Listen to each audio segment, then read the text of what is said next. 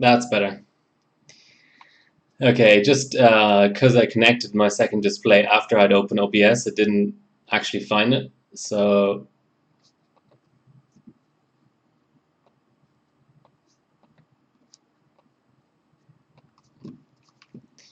okay, this time I'm gonna capture the score after we run a third time. Not that much resolution. It's a full HD screen, but for whatever reason, it's gonna be quite difficult putting all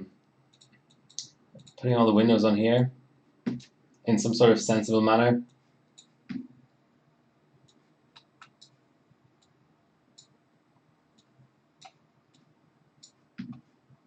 Okay, this is Harborbot legal.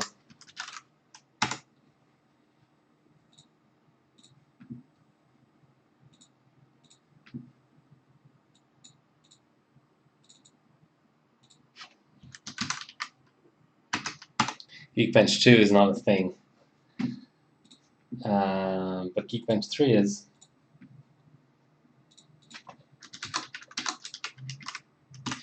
Okay, time for Geekbench 4, which runs a lot longer, especially on these 4 cores and things. Hopefully I've already registered this. I thought I had pretty much installed all the 2D benches.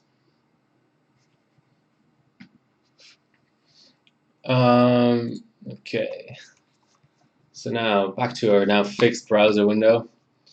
So it's kind of hard to find the CPU. It's because it's a Ryzen Pro. So the way I find is easiest is just to go into my own set of submissions. So this is the chip that I'm working on here.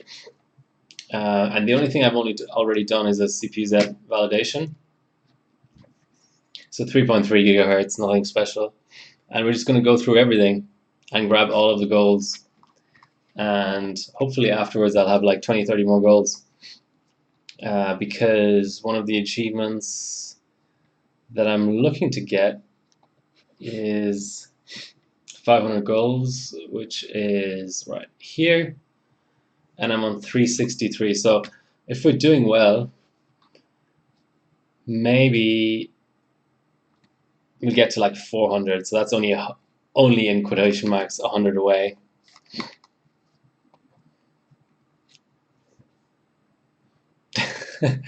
Seems like you guys know each other.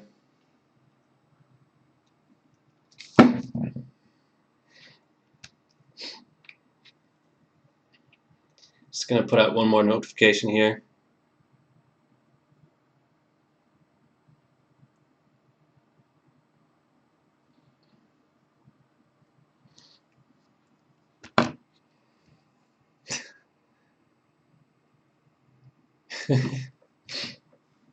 Be careful, I know how to speak German, so no insults, please.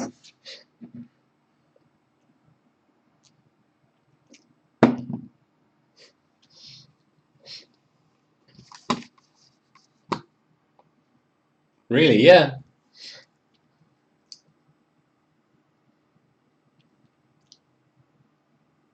Well, I was born there. Lived there until I was 7 years old. Show you.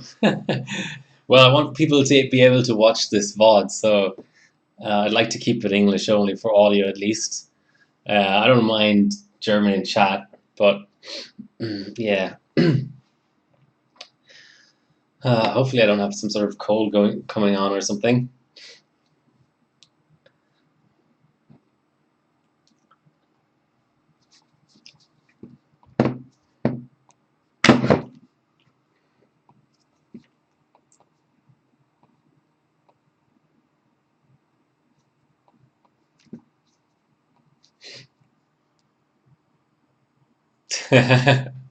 Two views. Yeah, 2 views is 2 views. I usually get people watching my VODs afterwards, so. Alright. And now it's the 3rd viewer, so we're hitting high numbers here. Okay, CPU-Z. The unfortunate thing with this chip is that the iGPU is shared with Ryzen 2000 mobile. So I won't be able to get, well, I can certainly try to get golds, but it won't be as simple. So that's our Geekbench 4 result. Now I just gotta screenshot it, which is quite tricky actually.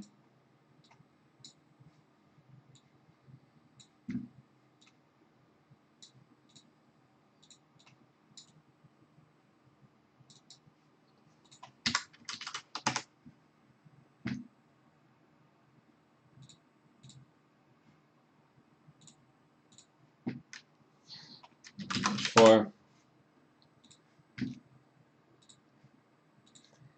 Now it's time for PyFast. Hopefully I've got it on here.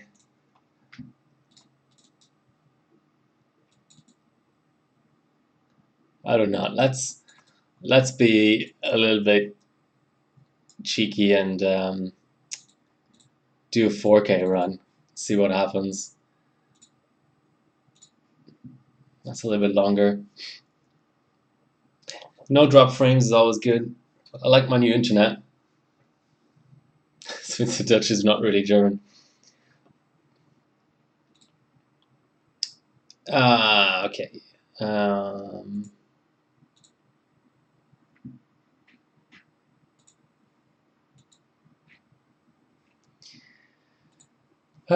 do I enable HPT again? Like I said, this is more difficult than you might think.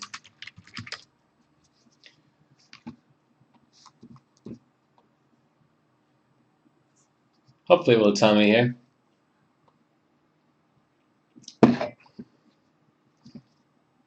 Okay.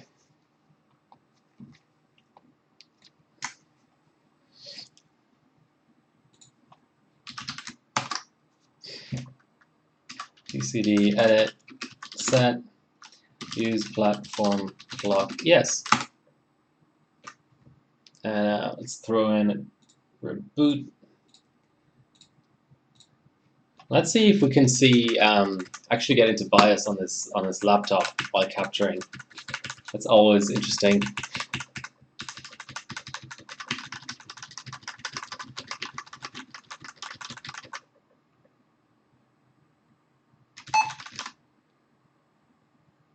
Entering setup. Nope. Okay. That's fine. All I wanted to check is if I can set set fan options anyway. Everything else, I'm going to disable power management actually.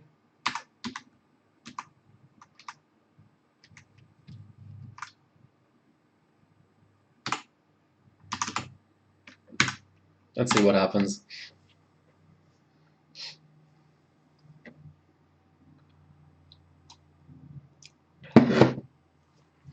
This may be the first and only time I do laptop OC on here.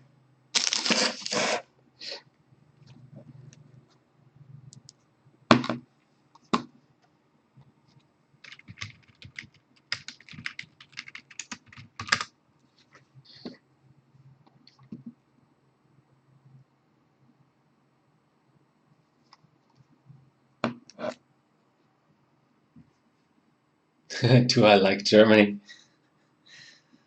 Well, it was a nice place to live when I lived there, but I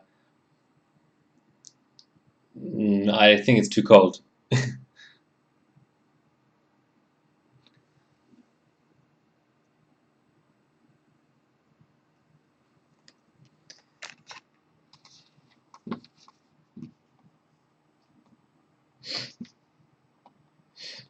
Okay, so we still see the same stuff going on here, basically, in terms of power states and stuff, which is not unexpected.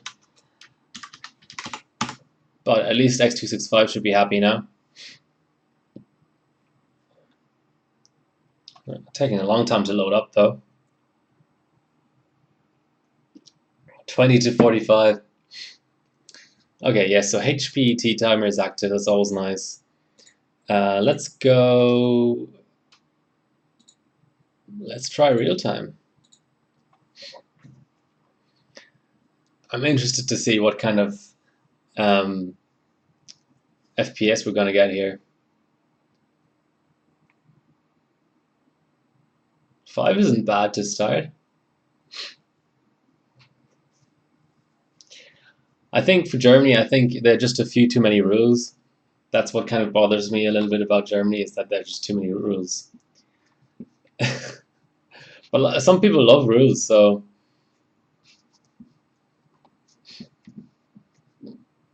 but 45 is pretty easy going compared to Sydney weather. We've had like 49 here in the shade. So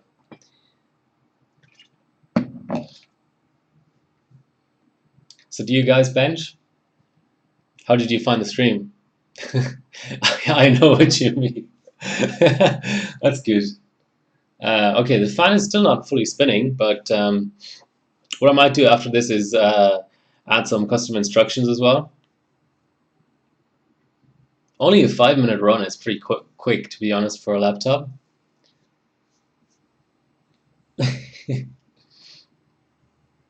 Bilko is on here. This is the new machine.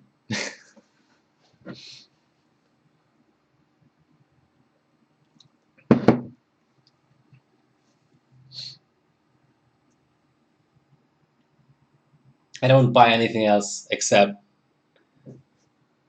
Have I broken all the hardware records yet? Well, it's only been up for I don't know, 11 minutes. So give me a break. Yeah, it's a ThinkPad X395. So it's kind of the smallest AMD ThinkPad that they make. 13-inch screen. It's still a little bit thicker and heavier than my previous laptop, which was a X1 Carbon 5th gen. But the problem with the 5th gen was that was really bad timing buying that laptop, because it was the last generation to have like lots of dual cores. Like basically the biggest chip you could get on it is a dual core. And I really noticed that if I had a browser and a stream and like music playing and stuff, it would just get bogged down because it's only 2 cores, 4 threads. So I really wanted to go to a quad core, and I don't know, I just didn't feel like buying Intel, even though I have to say that this has worse battery life than Intel for sure. I can show you in CPZ in a minute. It's got a single soldered SODIMM of 16 gigabytes. So I paid the extra $50 or whatever for upgrade from 8 to 16. It will show up in CPU-Z as dual channel, but I'm pretty sure it's only got 1 slot. So it might be misreading dual rank as dual channel, but it's definitely not dual channel. You like it? No, it is a nice laptop, but it's just a little bit sad that this is the very, very smallest laptop you can get. It's really weird. I kind of like both my phones and my laptop small, so I'm still hanging on to like a 2016 Xperia Compact because it's only a 4.8-inch screen, and I like the same with my laptop. So I like a 12-inch or a 13-inch laptop. IDA. So IDA tells you how many channels. I might download IDA.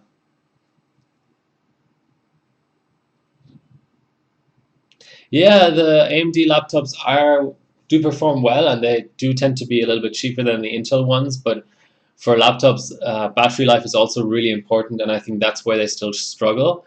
And a lot of the time too, you're kind of limited in your options. So I would have liked, for example, 1440p, but it's not available. It's just full HD or full HD touch. Those are the only options. I would have liked dual channel because that's quite important, but it's not available in this form factor. Stuff like that. I would have liked wired LAN, but that's only available via USB 3 or USB-C docking. So it's a little bit limited, but it's fine. Otherwise, it's got full size HDMI. It's got USB-C charging, 2 USB ports, 2 USB 3 Type A ports, Kensington lock, some sort of card reader in the back. It has a nipple, yes. The most important part of any laptop is the nipple, for sure. Therefore, it's awesome. Yes, exactly. It's so important. It's the best way of of operating a laptop.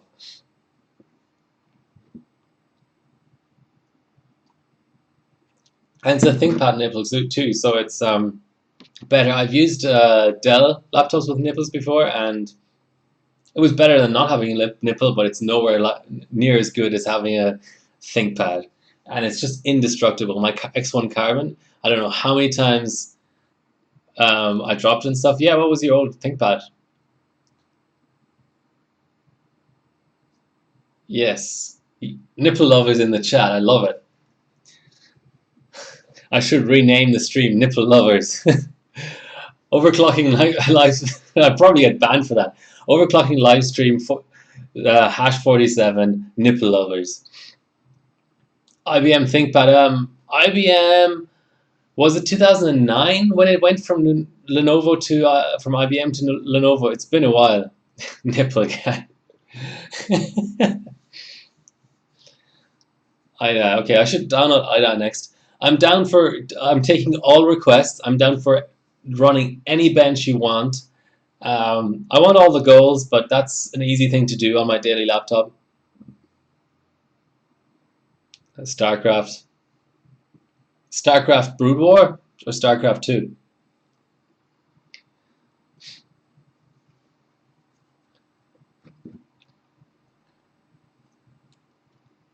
So yeah, so the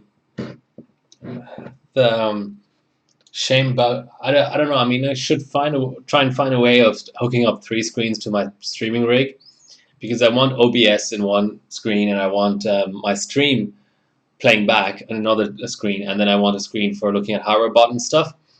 But the current graphics card I have on there only has VGA as the third out. So maybe I should throw my Vega in there or something to get 3 actual digital outs. OG StarCraft before Brood War. Pentium 3 mobile. Okay.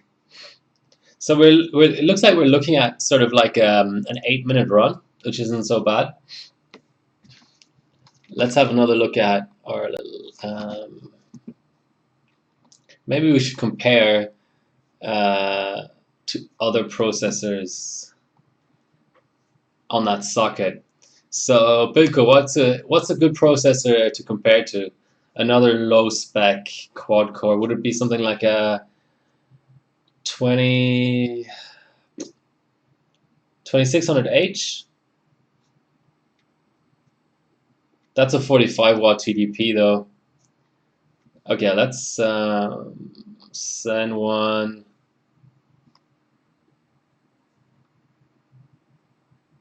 2700U maybe? Let's compare to 2700U. Has anyone run 4K on this? Nope. Okay. Let's have a look at the 2500U.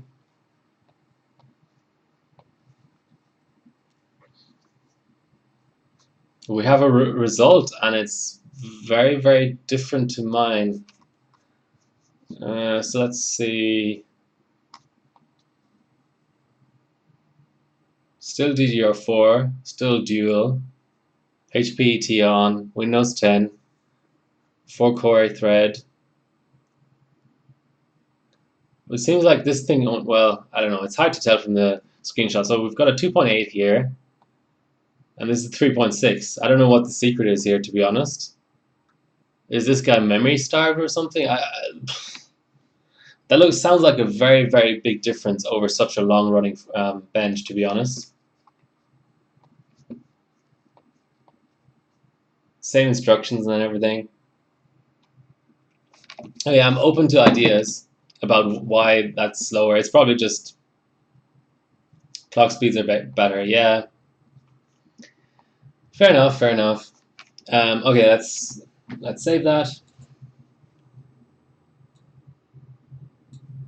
And I'm going to try the other instructions on 1080p just to make it a little bit more reasonable.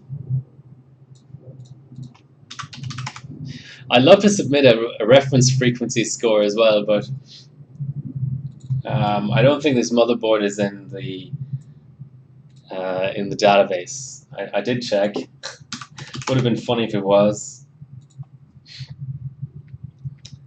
You know what? Let's have a look at what the SVD actually reads, if it reads anything at all. Unsurprisingly, it doesn't.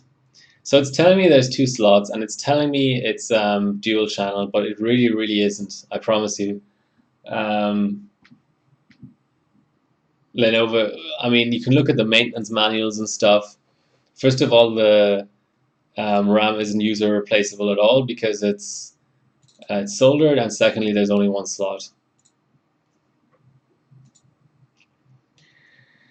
Okay, 3.65. Nice. Actually, while we're on that topic, let's just download IDA.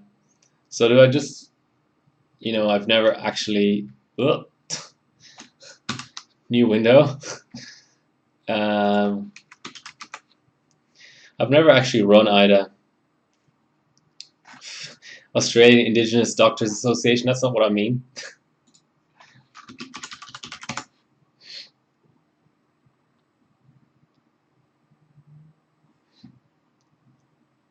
Okay, IDA 64, I'm assuming that's what you mean. Da, da, da, da, da. I don't want extreme or anything, I just want...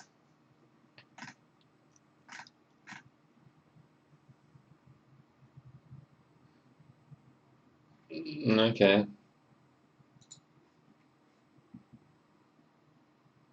Let's go for the XC version.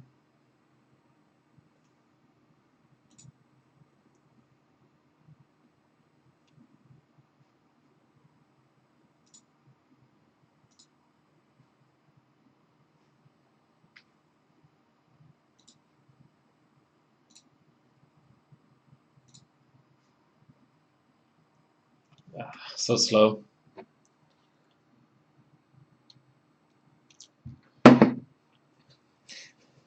Hopefully it doesn't ask me to register or some crap. I have 100 megabit down and about 9 or 10 megabit up, real. So obviously I don't get 100 megabit on the Wi-Fi, but at a good time of day, which it's not, it's the evening time now, so this is the worst time. I think it's the server here that's slowing me down more than anything. But yeah, previously I was on 7 megabit down. That was really rough. But updating Windows and crap like that is really easy now on the new internet.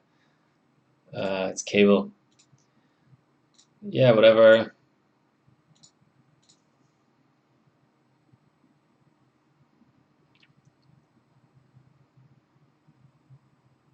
Yeah, I don't want to look at the documentation.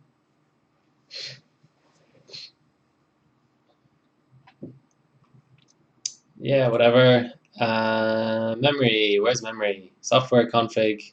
Computer devices. Motherboard. Memory. Is that where I'm supposed to be looking? I don't know what I'm doing.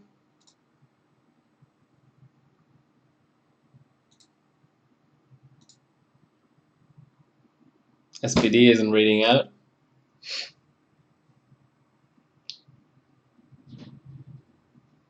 Okay, we can get back to that. Go to SPD on motherboard. It's not telling me anything. K17.1, nice. Dual DDR. See, it's saying dual channel, but it's not. It's really not.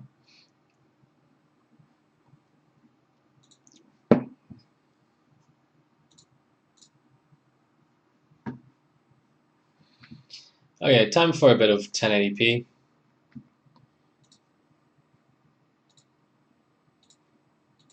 Let's test all the tweaks, actually. Let's test overdrive as well. Okay, someone from the US is trying to call me. No thanks. Spammer.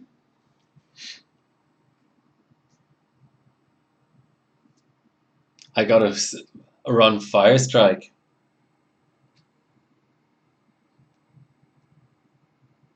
On the IGP. I mean, because Team Cup. Oh, okay. Yes. that may actually be sensible to do.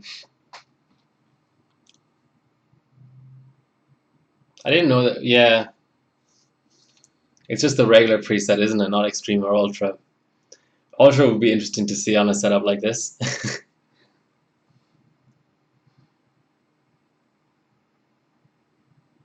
Yeah, Polizei, I looked at CPU Z memory and it shows dual, but that misreports all of the time. There's all kinds of cases, especially on servers, where it misreports like octa-channel as hexa-channel and octa-channel as quad-channel and stuff. It's really, it's not completely bomb-proof, you know?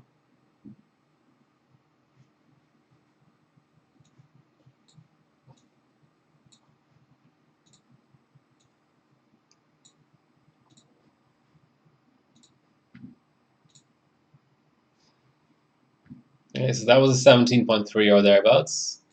Now let's try with Overkill. That was a real-time run. Let's try very high with Overkill. I don't know. Usually on a quad core it's slower, but you never know.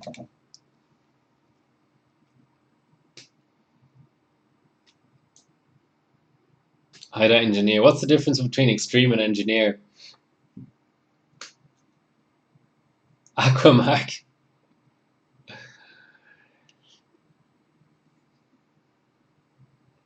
It's starting to look like it's helping, but you never know with X265. We can slow down a lot later on in the run, so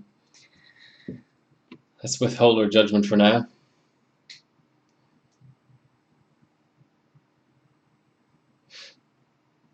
Yeah, but we're not regular users. I have to say this beer does taste like ass. It's fucking, I don't know, that's weird. It's brewed with coconut, but you can't taste the coconut, but you just get this weird aftertaste. 7.4% alcohol by volume though, so I'm not complaining.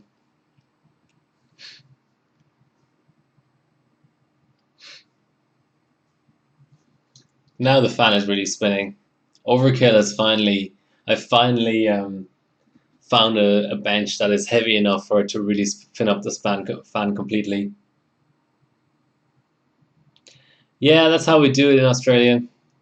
No, I don't have any. I don't really own any beer glasses. Does it make a difference to the taste?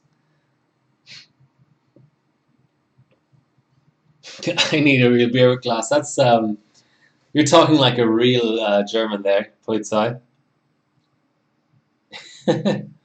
So do you do any benching, or you just like watching overclocking streams? Oh, by the way, I watched Joe Stepanzi's stream this morning, and his it looked like he killed his 1080 Ti Kingpin. He's a real German, but he's young. Okay. So 16 FPS. Holy fuck. What the hell? That is a very surprising result, I have to say. That is a surprising result. So let's just double check, just in case I forgot. I'm misremembering it, but the previous run was. Oh, okay. It was 17.3. I remembered it as a 13.3. Okay, so that's slower by quite a bit. Um, just for shits and giggles, let's do an off-screen run.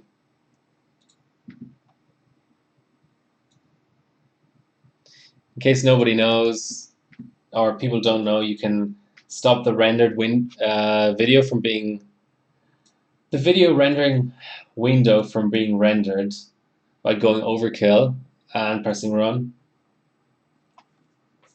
Well, you can also do it in non-overkill, but then you're blind if you have a crash. Probably thermally limited at this point. It'll probably score even worse, to be honest. A cognac whiskey glass is just like a normal glass. Aroma can go out easily. Well, I don't have a very good sense of smell, so I think the aroma is lost on me. I just concentrate on the taste and the texture.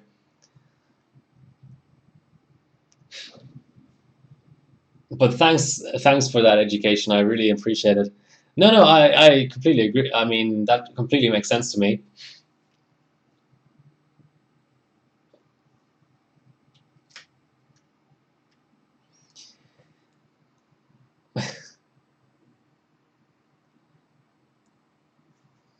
It's looking like this might be a slightly faster run, but after that I'm switching away. Well, I'm gonna do one more run real time, um, non-overkill, off screen with Cash 64. I should probably be pouring rather than drinking.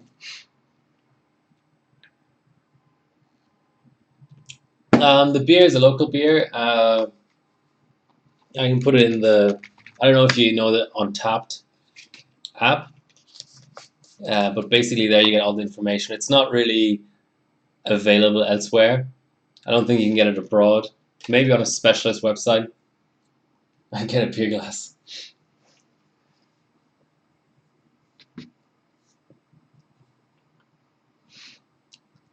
So yeah, this is a chill out stream after the very intense Pentium Haswell stream. I think it was on Monday, where used quite a lot of LN2. Got a couple of strong results. Third on SuperPi 1M. Definitely going to come back to that. And I'm out of LN2 now, which seems really weird because I really haven't benched that much. But I'll just order some more. We done? I think we're done. 15.7, even worse. Wow. Yeah, it's definitely some sort of a thermal thing going on. Okay, so overkill off, and let's do some custom instructions.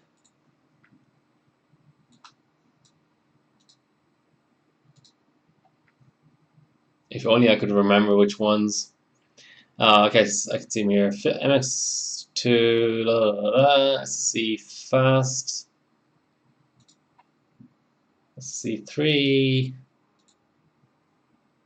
I think that might actually be a typo. It should be SSE, not SSSS3.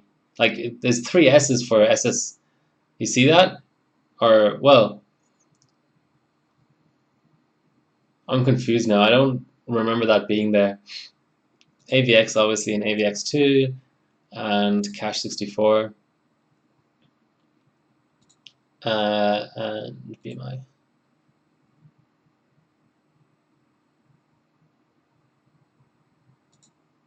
I think I forgot FMA.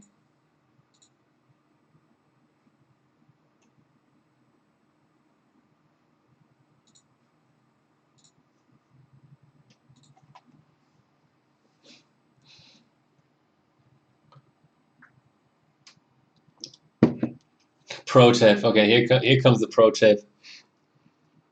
Oettinger, yeah, I've had Oettinger before. So there's a Zen preset now. I don't remember that being there. That must be a new thing in 2.2. Even though 2.2 isn't that new. Okay, I'll try that. This run will be pretty fast since it's non-overkill.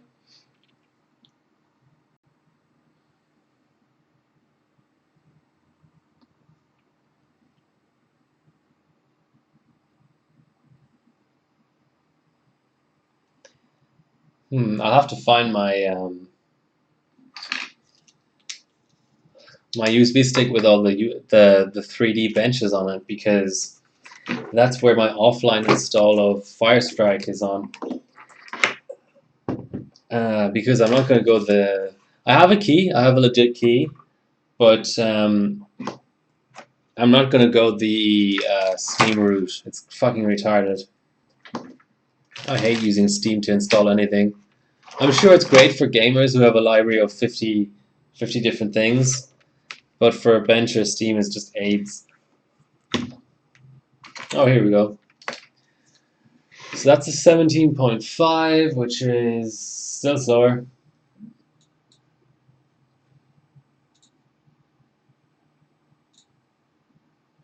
So now let's go to flight mode and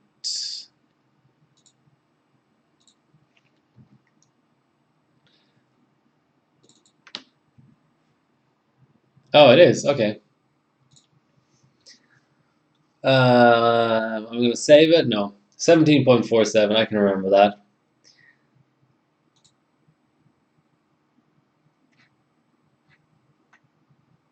It's even a Pentium 3 preset. The fuck?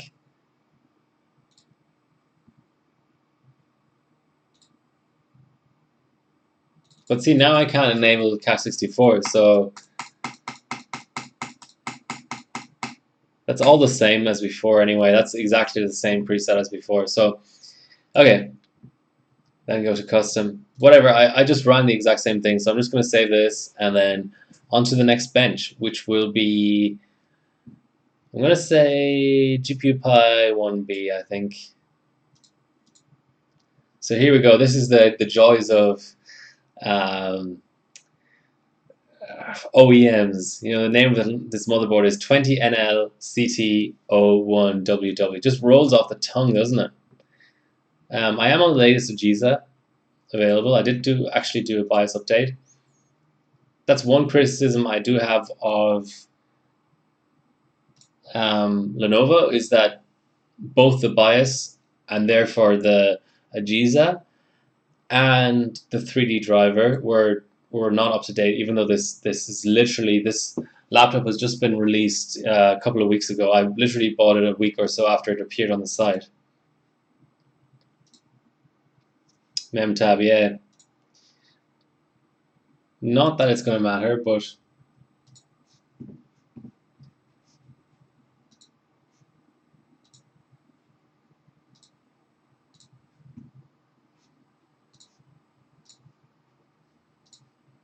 let's see what else we've already got on here. Oh,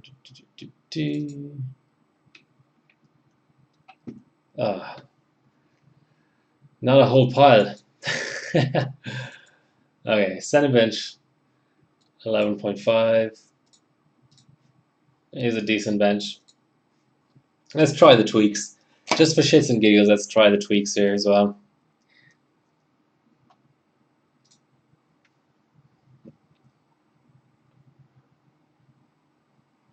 Man, that's the slowest 8-thread Cinebench I have ever seen, I think.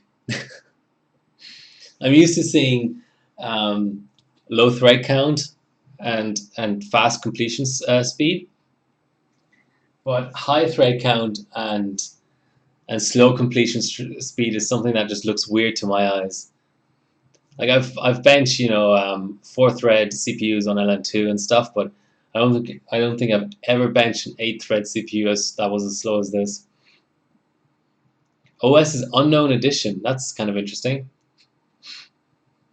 6 viewers to watch laptop overclocking. Nice. I guess the clickbait title worked.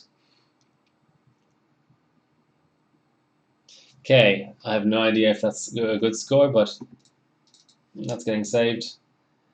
Fuck, this scaling is really okay. As much as I hate to do it, I'm going to have to put the taskbar at the bottom here.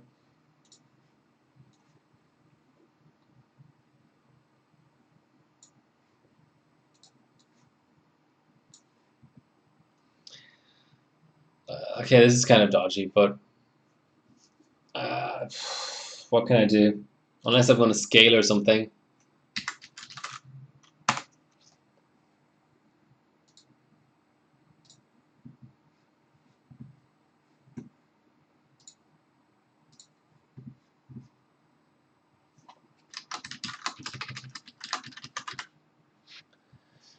Okay, that was a 7.84. Now, let's do an off-screen run.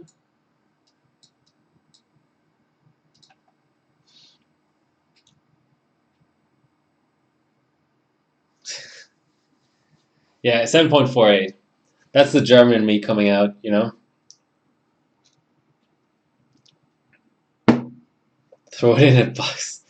Yes, wow, this is turning into a German stream. So we have an Aussie and three Germans on the stream, as far as I can see.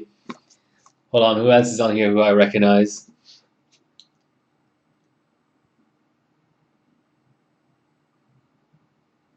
Nobody, basically. Okay, so of the people who are confirmed not bots, there's three Germans and an Aussie.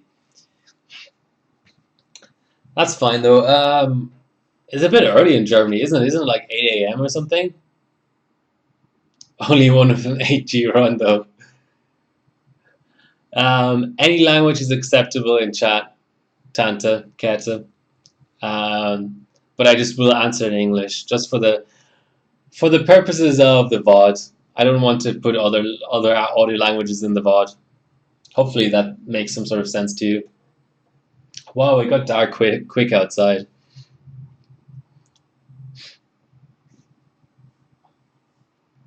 Okay, that was another 7.848. Now let's do off screen plus real time.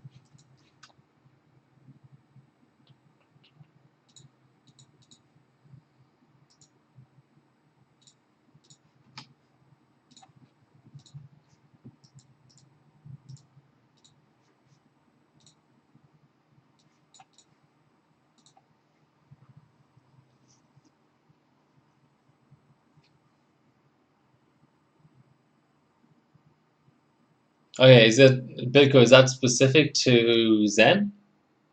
Or you think just in general?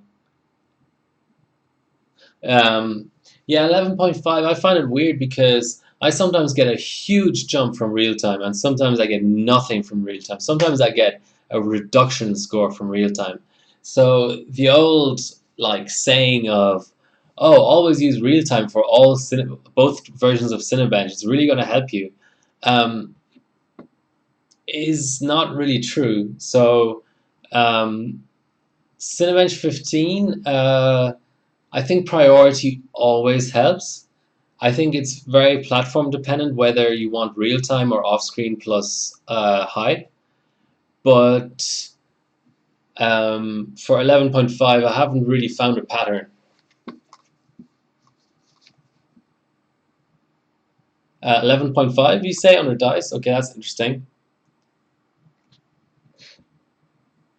Yeah, that's the thing too. It's just oftentimes it makes a difference, but not a big enough difference to actually increase the score on 11.5 because the score is not, on Cinebench 15 you get like 1,000 points, 2,000 points. So to get an extra point doesn't take as much as getting an extra zero point zero 0.01 points in 11.5. Yeah, I mean I can believe it. Yeah, it's dependent on how fast the platform is and stuff. My most recent experience running Cinebench. Oh, look at that! Off screen plus real time gave me 0.01 points more, but I'm not going to save that. Okay. Um, Running Haswell, I found that memory was so incredibly important. So incredibly important. And it kind of caught me by surprise. I was ahead in clocks against League. I mean, basically, it was almost like 2 BCLK of memory was worth more than one multiplier of core, which is incredible. But that was actually true. Okay.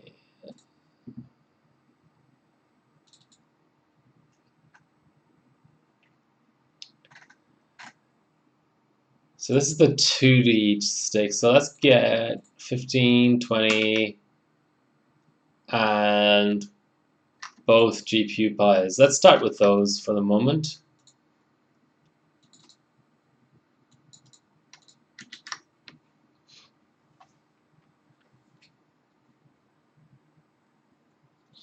Um, for G3258, I haven't done any air binning. What I did was I looked at vid and I looked at production locations and things like that. So I did a test to see how easily it would do 6 gigahertz all core on LN2. and on that basis, I found one pretty decent G3258 out of the ones that I bought. And then Dino's chip came up. So now that is basically my best chip for both multi-core and single-threaded. But I'm going to keep the best out of the, I think, 4 or 5 chips. I'm going to keep the best one of those in case the Dino one dies. So I'll have 2 chips. But yeah, I think that vid binning on that generation is quite important. For air testing, yeah, I think the test at the time was lowest vCore for 5G 32M. But to be honest, the chip that I have, which is a golden 32M chip, actually didn't do that great. When I tried to run it on a chiller, I couldn't even do 5.2 on chiller, no matter what the voltage. So maybe I'm just a noob for ambient clocking, but I reckon take the time to bin on dice. I think even on dice, just use the cheapest paste you know. I actually did an undiluted test, and then on the basis of the undiluted test, I delited the top 2 chips, and then again tested those 2 on LM2. But I think on dice you could still see the difference. I think that Haswell, yeah, that's just Haswell. I'm sure people have really sophisticated ways of air binning, but I think on a lot of generations air binning is overrated. A dead one. Come on. I'm once again going to be eating on stream. I hope it doesn't offend anyone. I know that for a lot of other streamers that's a big no-no, but okay, 661. Let's just hit it straight away again.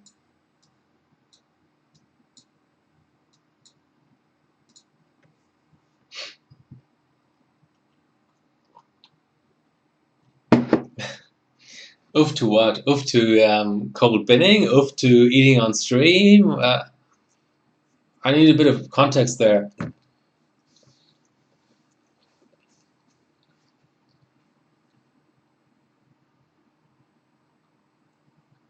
Yeah, I mean, it's all about the weight class, right? I mean, this is what? This is like a 15-watt chip or something, whereas U760 is probably like a 90-watt chip, you know?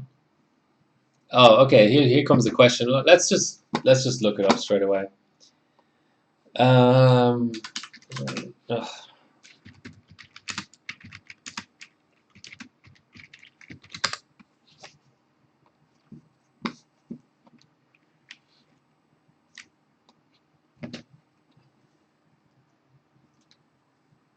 15-watt. Okay, I guessed right.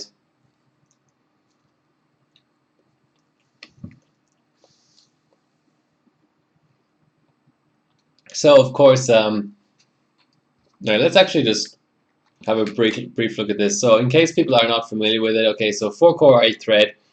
AMD in first gen did release some processors without SMT, but in general, you can just assume that a quad core is always going to have 8 threads.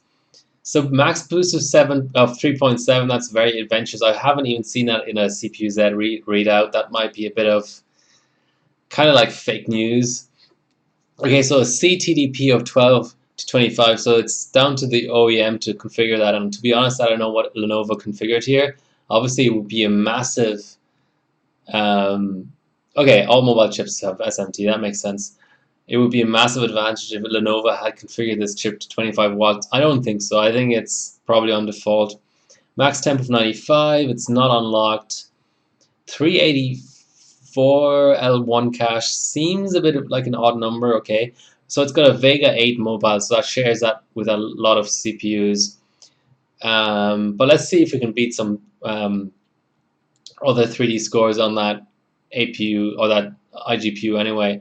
12 nanometer makes sense. So it's the second generation of 12 nanometer. Is that right? The 2000 series I thought was already on 12 nanometer. So it's basically Zen Plus, where desktop chips went from 14 nanometers to 12 nanometers from Zen to Zen Plus, whereas mobile chips went from 12 to 12. I think that's right. 2 megabytes of L2. Oh, there was a 40 nanometer on mobile. Okay. 2 memory channels, yes, but I'm only using one. I'm pretty sure of that. 1200 graphics display port. Blah blah blah blah. Okay. Let us go back to the system. I think it's cooled down significantly enough to warrant rerunning. Let's go high.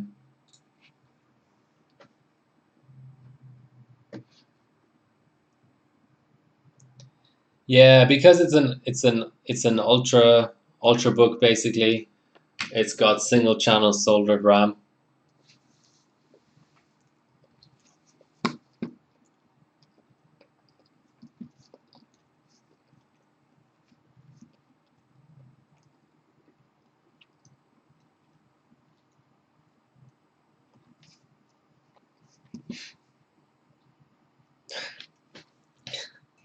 This is quickly becoming a meme. CPU-Z is reporting dual channel, but it's not right.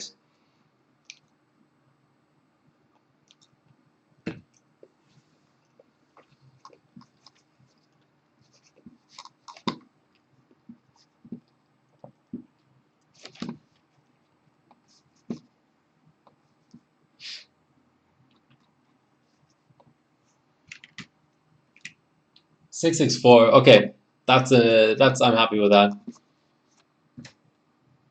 Let's screenshot that. Our first run was 661. So we got 3 Cinebench. Once the chip cooled down and the fan spun down and all that shit, we got 3 more points from off screen plus adjusting up priority. Zen states.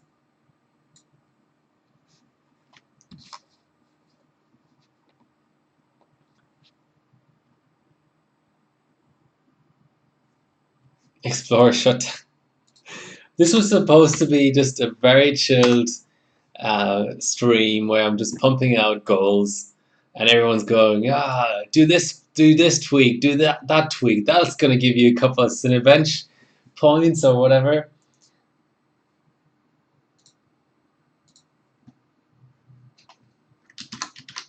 Okay, let me indulge this madness for one thing. Okay.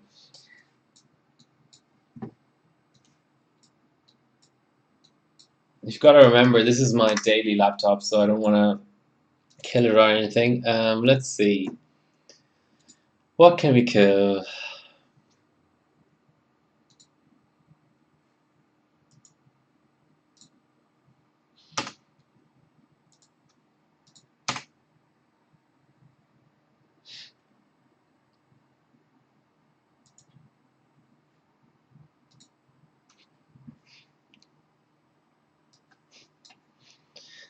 It's time to get out the tweaks. Okay, let's stop the Windows search. We're not going to be printing anything tonight. I wonder what printer overclocking would be like. So many fucking services.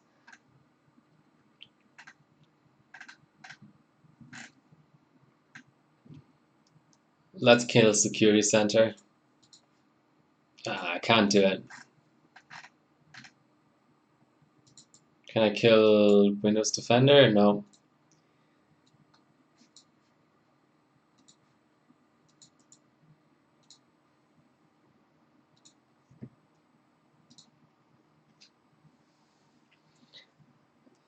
Okay, so what does Zen states do? Just force the top power state or something?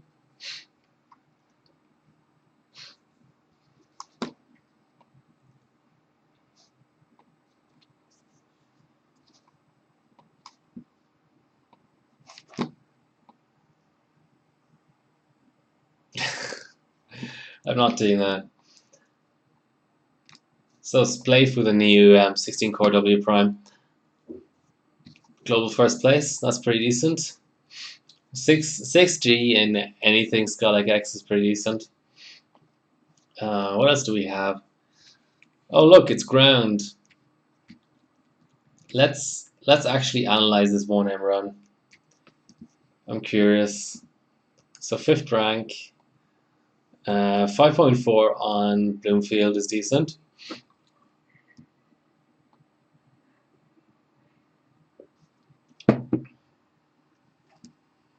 So first thing to look at obviously is to see, what's the efficiency like.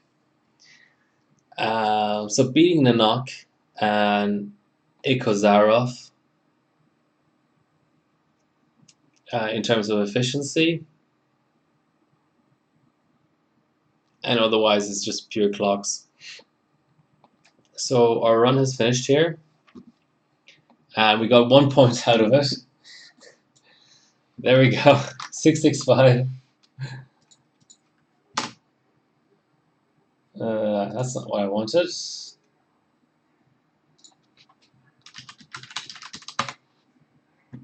Massive gain. I'm not doing perf bias. I am saving this bloody screenshot though, that's for sure. The extra Cinebench. Yeah. 665 is a good number. I wish I could get 666 actually. That would top it all off. Maybe if I try real time.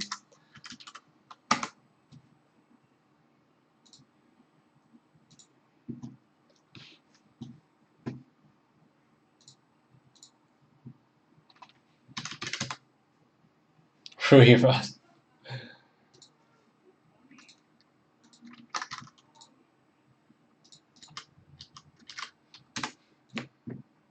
Alright, let's try real time.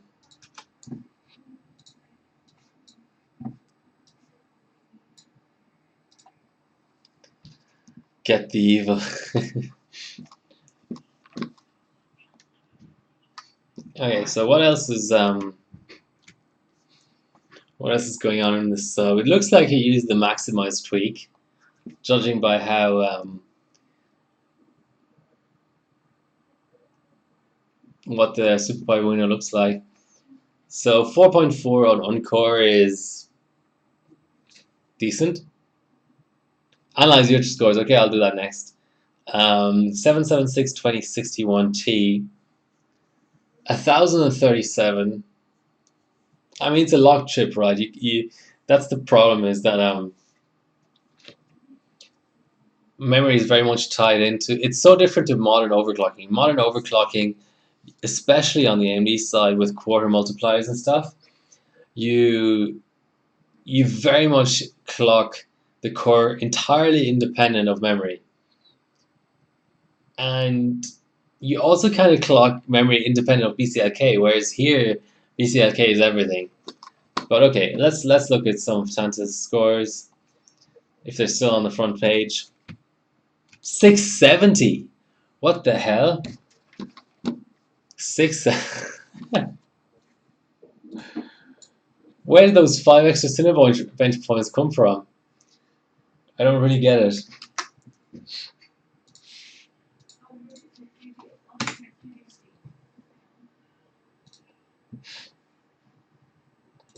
Massive gains. Now I'll have to find a way of slowing down the run again to get 666.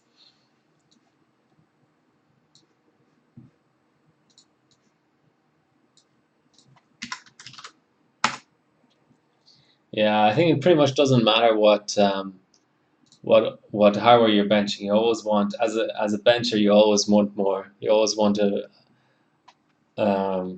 bigger score. Okay, let's do real time with Explorer on. Maybe even on screen to try and get 666. Hey, hold on. What was that? Oh, Explorer.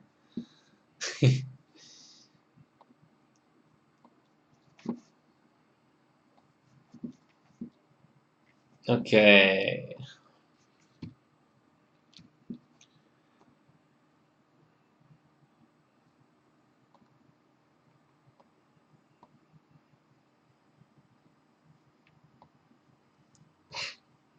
I guess they're more than 24 hours old now.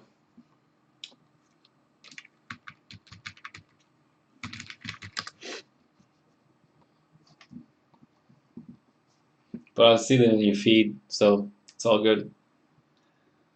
Engagement multi, single, multi, single, multi, single. Okay, here's a 32M run. 668. Okay, I'm rerunning. The chip is a little bit warmed up now, so maybe it'll score a little bit lower.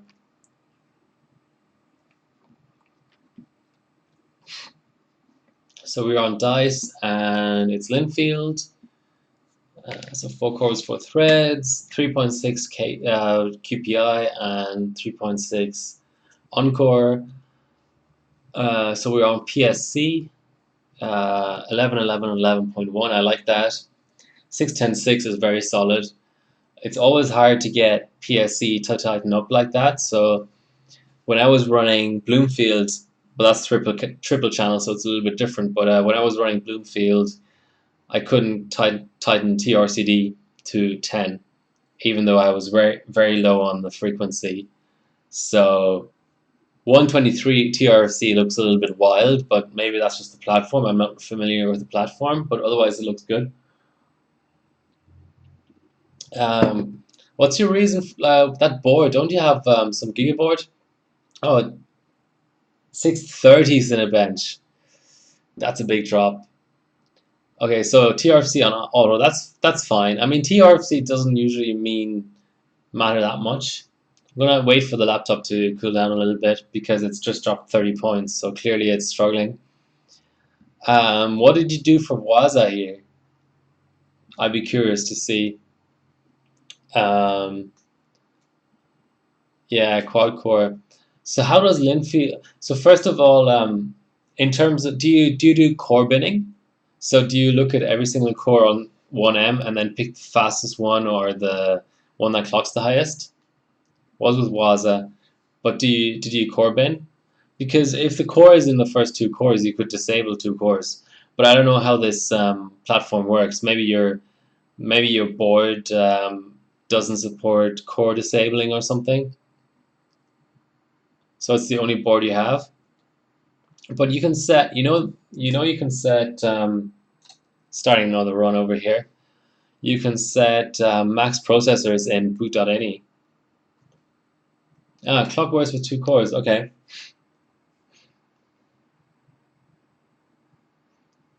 Get like a, I don't know, UD7 or something. Yeah, but for that board, that's a pretty good result. 1.488, is that a real V core?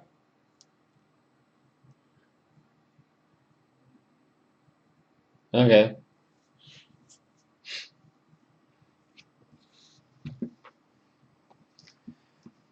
So what else is new? This is a pretty strong 939 result. I think it's all air. Yeah. The fact that this person has an expert board is already pretty incredible. So I just got a 668 run.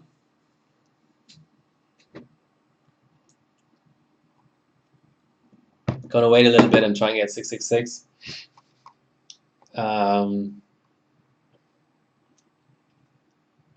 Opteron as well. That combination of Opteron and LAN party board. I wonder. You found some hypers. Nice. Hypers are you can never have too many hypers. So it even reads the vCore correctly apparently. So what's the RAM at? 440 is CL 2.5. Okay, the fan just spun down, so I'm going to do one more run, and then I think I'm going to give up project 666. Nice hanging out with you guys. It's been a long week. Really needed this beer. Only 53 days left. I wish I had some sort of spotlight or something. But just to show you, I just bought another.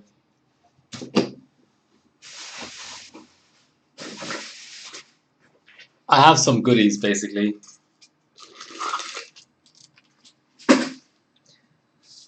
So I bought another Kingpin Fat Pot. Oh, you can't really see that, but I think it's just the full aluminium version. It looks very different to my other pod. I'll get the other pod.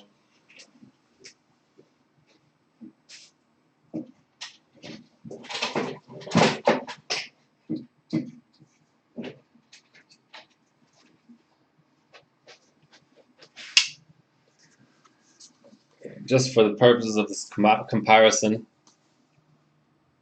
Yeah, another 668 run. So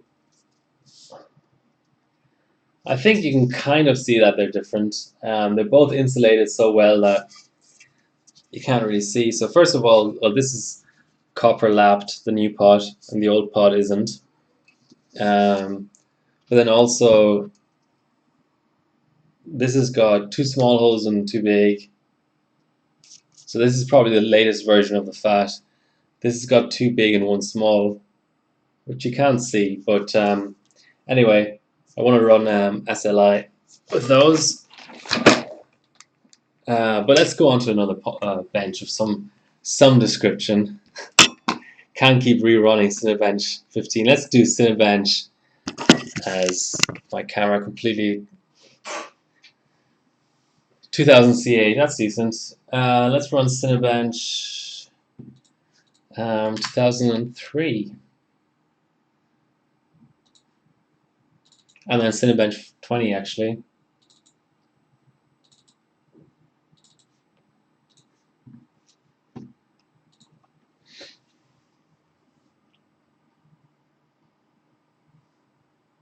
Yeah, it's hard to find DDR3 in Australia. 2523. Let's do a real-time run.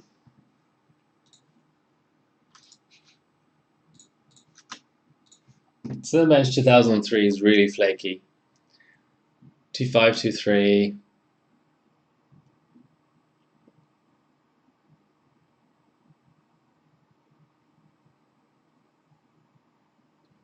2532. Let's save it just in case, and then I'll do a little bit of Explorer kill, that kind of thing.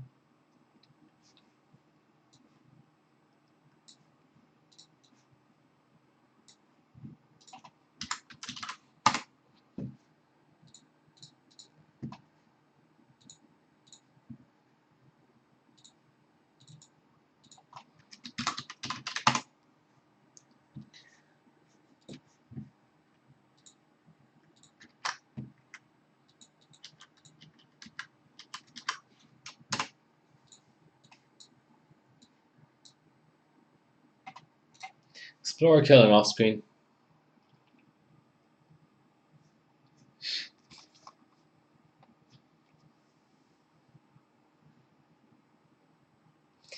I only have, how many hybrids do I have? I have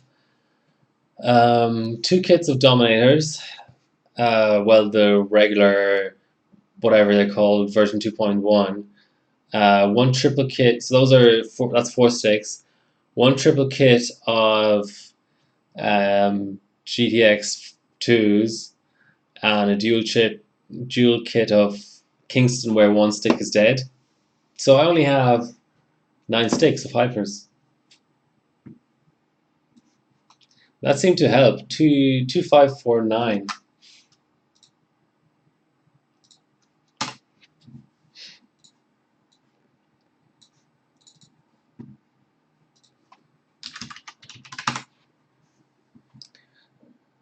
Yeah, that's a decent uplift. Okay, let's just say that and move on to the next bench. Real time. It is real time already.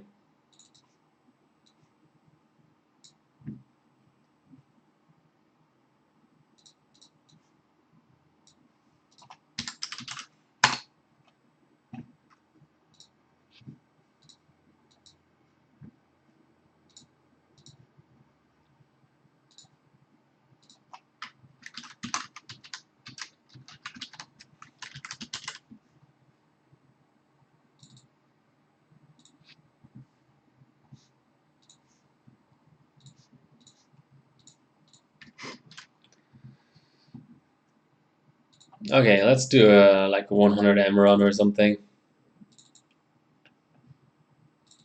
version 3.3, just to be. Let's do it on the GPU actually. I'm gonna have a quick look to see Data 8 mobile.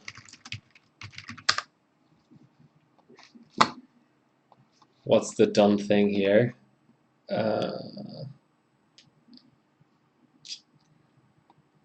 2 minutes 30. Wouldn't have expected it to take that long. So 20M 256. All right.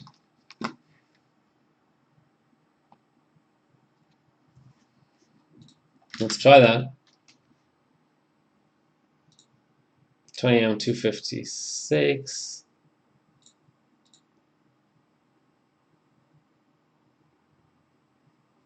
Okay. So 2.1, just like the person in the sub. I'm just not going to do any priority, any of that. I'm curious.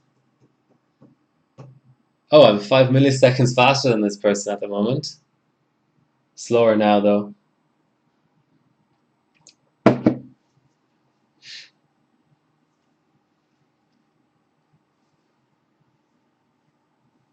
Yeah, 200 milliseconds slower.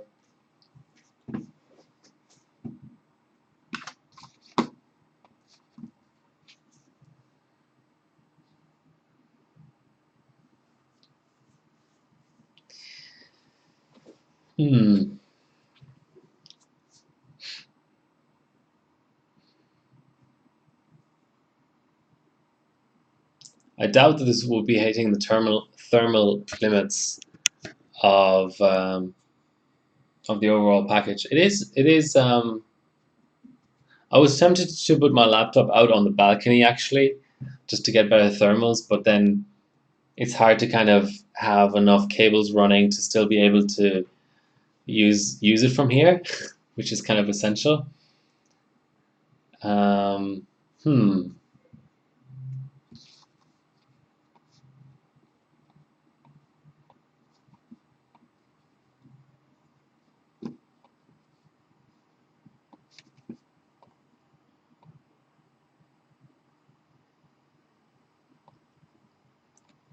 Nice.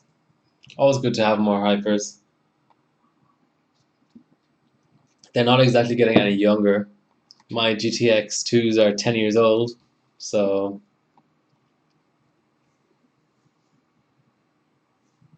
wow, 3 seconds behind by now. That's very interesting. $30. Okay. That's really fair.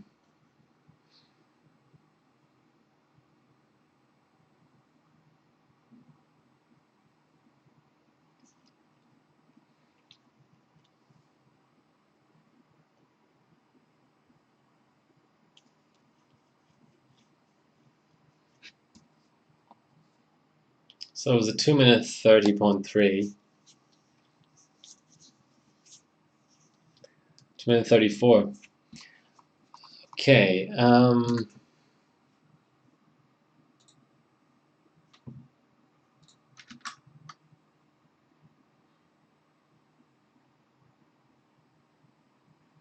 It's really interesting how it gets detected as a Ryzen 3 2200G. Didn't expect that at all. Let's install the 2D API.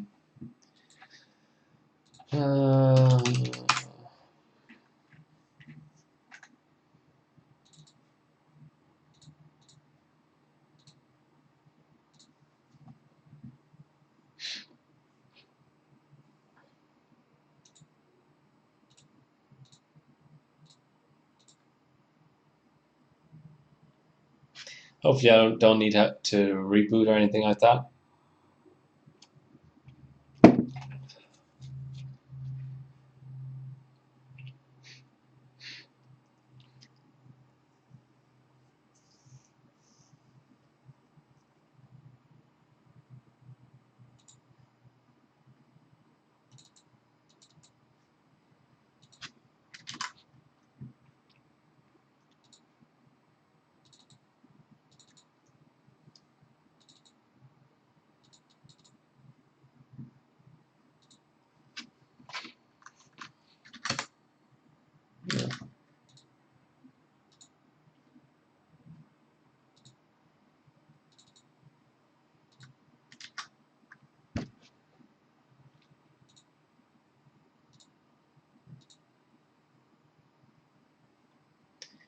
Okay, well, let's have a look at 3.2. Also not.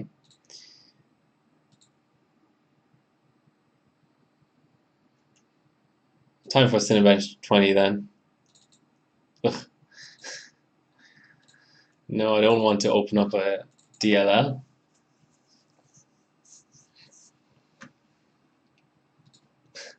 Fuck, I think I've only run this once. I have no idea how it even works. Real world test suite. Okay. Sure. I completely don't agree with like understand that. How that this would be considered real world, but let's see how it works. I'm a skeptic. Oh, this is the sofa, isn't it? The sofa rendering.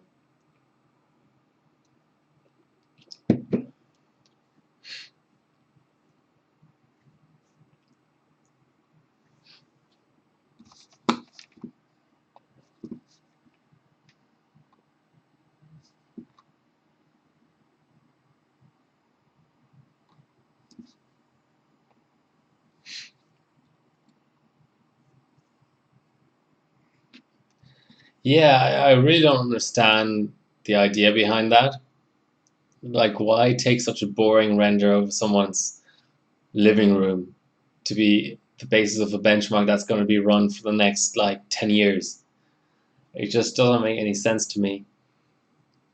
Max Troll, yeah, maybe. These Cinebench people, I don't know if how successful they are as a business or anything like that, so could be.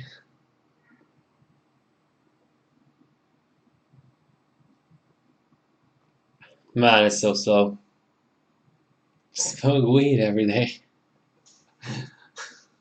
Fair enough.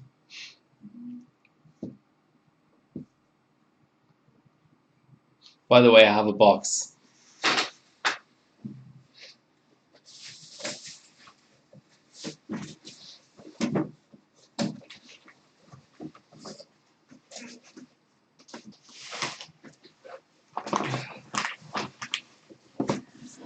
This is a box of GPUs from Papa Ramiro, one of the best ambient benchers, GPU benchers of all time. I think it's about 36 GPUs in here. Yeah, so I have my work cut out for me. Everything is VAS'd up, and a lot of the stuff is modded as well. Yes, I think it was something around like €160 just in shipping. So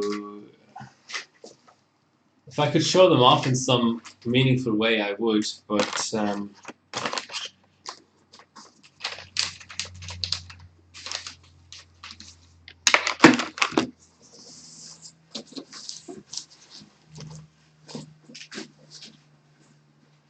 think what I'm going to do is just pull out a GPU, and if somebody recognizes it just by seeing the bare PCB, then kudos to you. So let's see. Let's see if I can read off. Okay. I know what this is, but do you?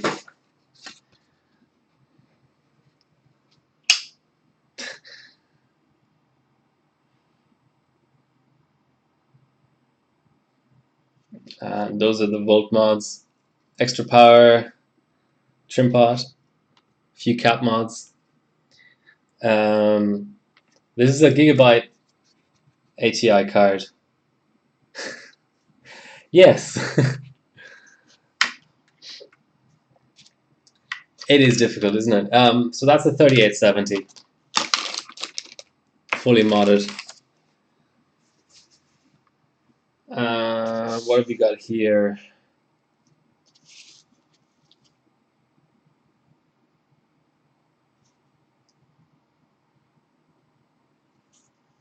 I have no idea what this is. It's probably like a 7 or 8,000 series NVIDIA card. It's a lot of old stuff on here. Lots of uh, goals to be had. Okay, so that's a 1309. Let's do an off-screen run.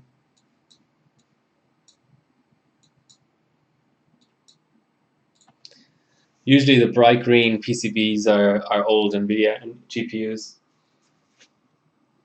I need to start labeling these and testing them and stuff. This is a very old AMD GPU. Let's see if you have any kind of idea of what it might be.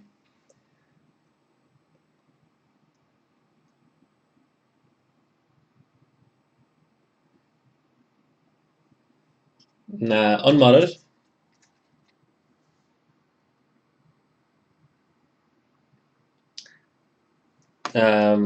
Old AMD. So yeah, it's a 1950 Pro 256 megabyte.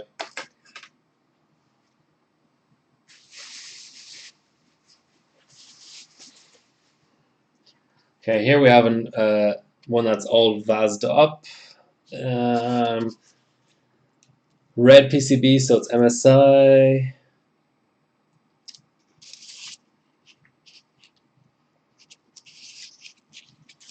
It's got no mods on it, but that's very, very similar. I think. Let's see.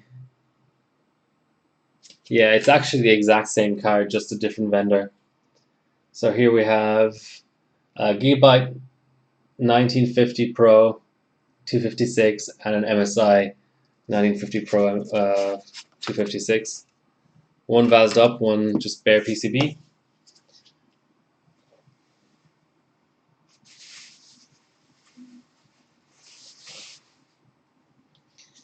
Okay, another red PCB.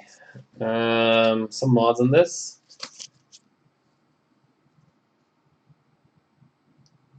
Hiss is the OEM. Thankfully, there's a label on it, so I can tell you what it is afterwards. Again, a very, very old card. What do you think?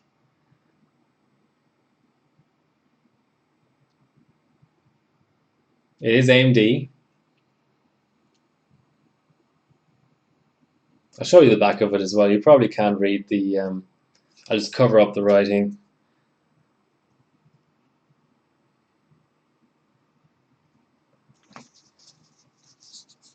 I'll let you guessing at that one.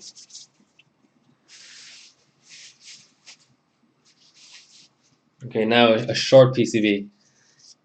Nope, it's AMD. This is Zotac, short PCB, so that will tell you how old it is.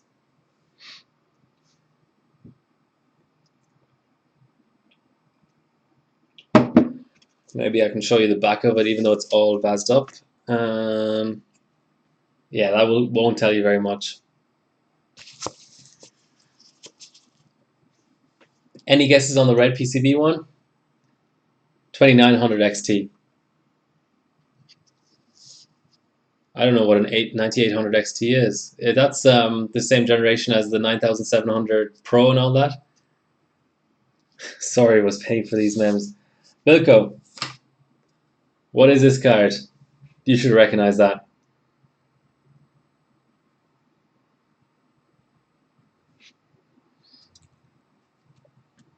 This one's a harder one to guess. It's a 9500 GT. It's, those old NVIDIA generations all look the same. Yes, 2900 XT. Very good.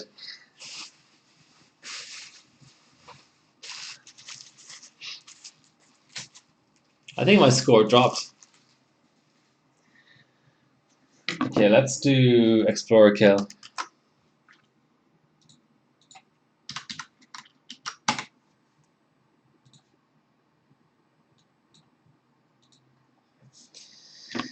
Alright, what have we got here?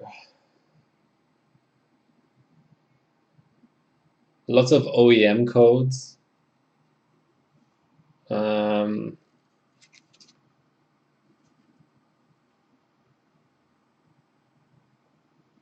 Well, it's 512 megabytes, but that won't help narrow it down. I think this is Something in the 8000 series. I think it's just old as shit. I think it's hard to ID this card. I have no idea what it is. There's no markings from Popa. There's dual DVI and S video that will tell you how old it is. Unless I clean the die and the die tells me something.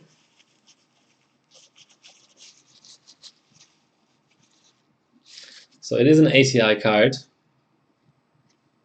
Fuck.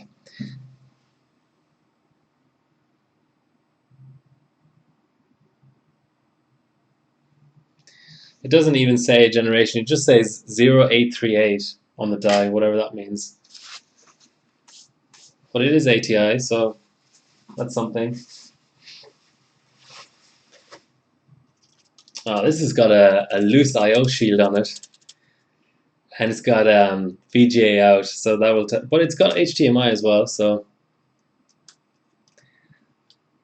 crossfire fingers are wider. Okay, so this is an NVIDIA then. Let's see.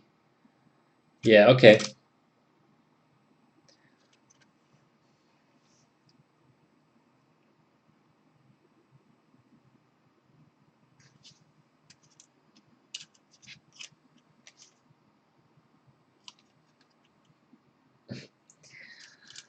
This is a 8600 GT.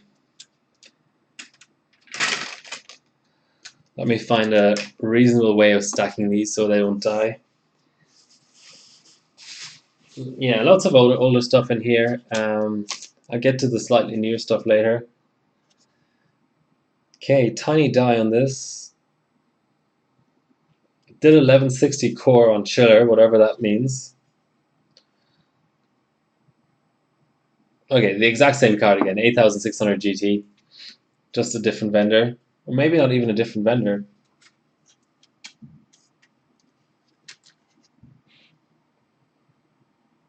Does this have cap mods, or it basically looks identical except there's more caps on one.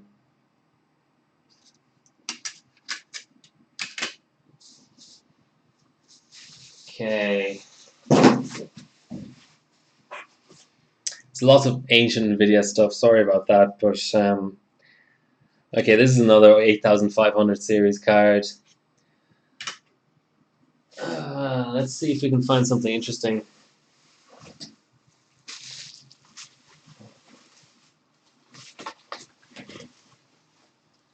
Okay, this is mods. We haven't seen a card with mods in a while, so just the serial number. Let's see if the die tells me something.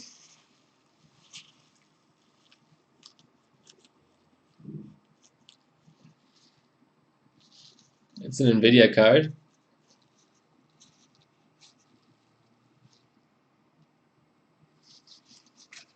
No freaking idea.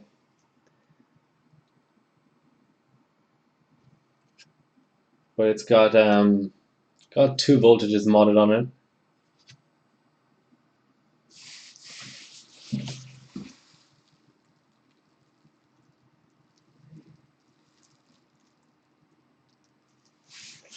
$253 NLE on the die. Ancient stuff. What's a longer run that we can start?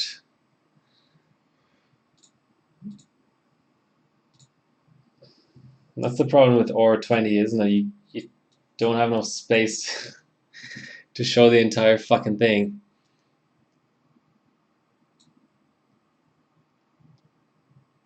Yeah, I don't think I can get a legal screenshot out of this. 32M. 32M it is. Let's do it. That's a good idea.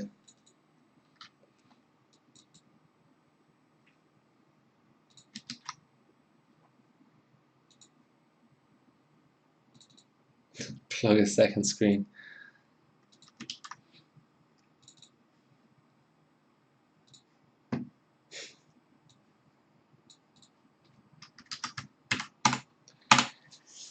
Okay, this will take forever.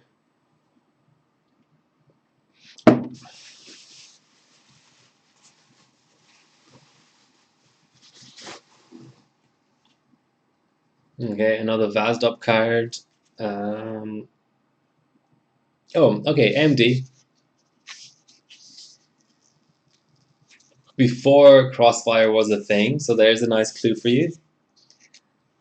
Um, just vCore modded back here.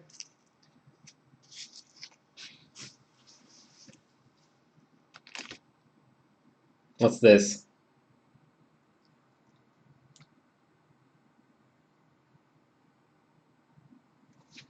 I'll put it aside. Any guess is welcome.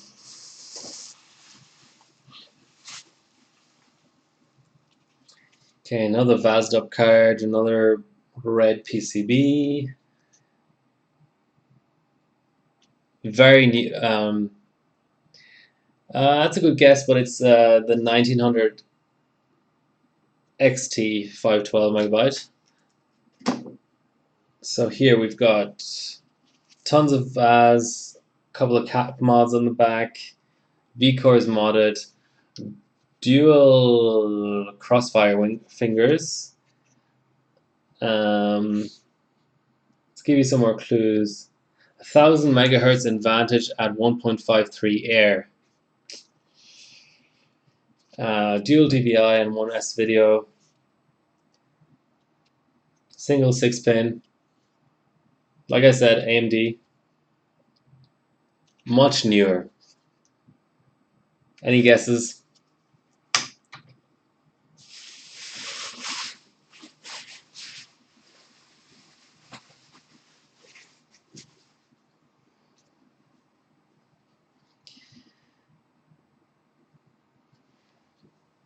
Yeah, 4850. Close but no cigar. So we've got 2 voltages modded on here. All WASD up. That's what the back looks like. Dual crossfire fingers. Quite a small die. So that might give you a clue that it's a lower end card within its own tier. And it's a gigabyte 6-pin, dual DVI, 1 HDMI, and one VGA. Any guesses? I put it aside. It's a HD 5750 gigabyte. Okay, I think we've had one of these before. This might be another 2900 XT or something. There's no label on it, but again, dual crossfire fingers, 8-pin plus 6-pin, or it might be the Pro, 2900 Pro. Just a vCore mod on there. We're getting places. The box is still full. Yeah, I'm pretty sure I got one XT and one Pro from Popa, so that might be the Pro. Okay, another MSI, ATI card, dual DVI, 2 voltages modded, very clean on the back there. 2 fingers on there, and this is probably a hard one to guess. It's older than we just had. It's a 3850. Might have had one of those before. Just now.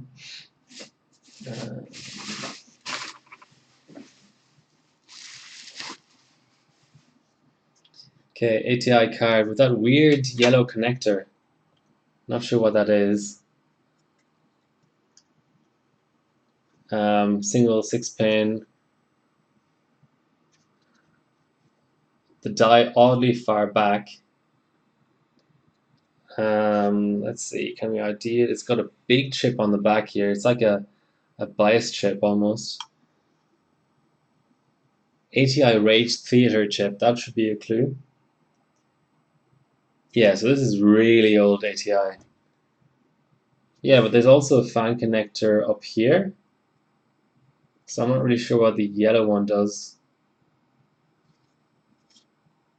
It's a 4-pin, so it's probably another fan, but it's kind of weird. So I think this is a hard one to guess, so I'll just tell you it's an X800 GTO. Really odd looking card. Let's see.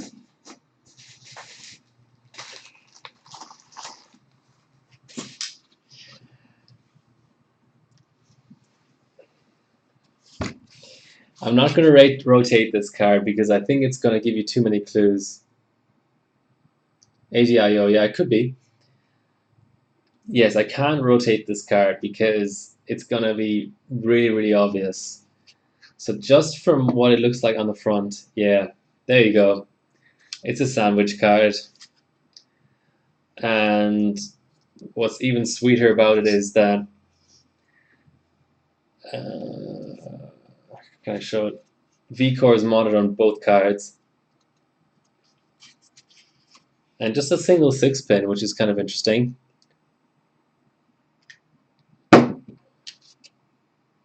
Okay, that's a special one. I really want to bench that. Probably never on LN2, but yeah, I want to bench it. So, next up is a really long PCB, and it's a red one.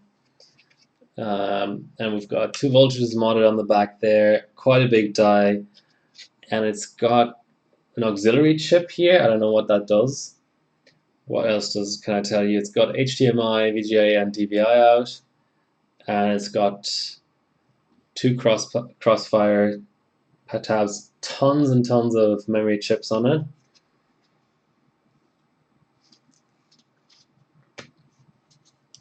It's not crossfire, it's SLI. This is GTX 260, 216 SPs. Interesting to see it without the heatsink on. I have about 3 or 4 of those cards already, but I never knew that the die is that big. That wasn't even the biggest card in that generation, and still the die is massive. It just looks massive, and so much memory. I wonder what was going on in that generation. Were they memory bus starved, or what was going on there? Okay, what's next? Okay, special card. It's a hawk. So what card is small like that and is called a hawk? It's even got MSI here in the back I/O. Dual 6-pins. A couple of voltages modded on the back here. Voltage sensing on the side. 760 is a good guess, but it's actually a 460. Really weird long die. That's probably the widest die I've seen relative to height.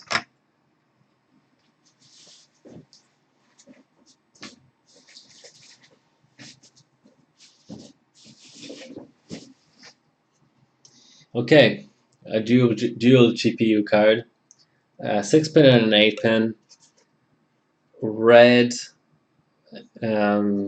PCB, PLX chip in the middle, a single mod. I wonder what that is. Is that just VCore for the first GPU? That's kind of weird.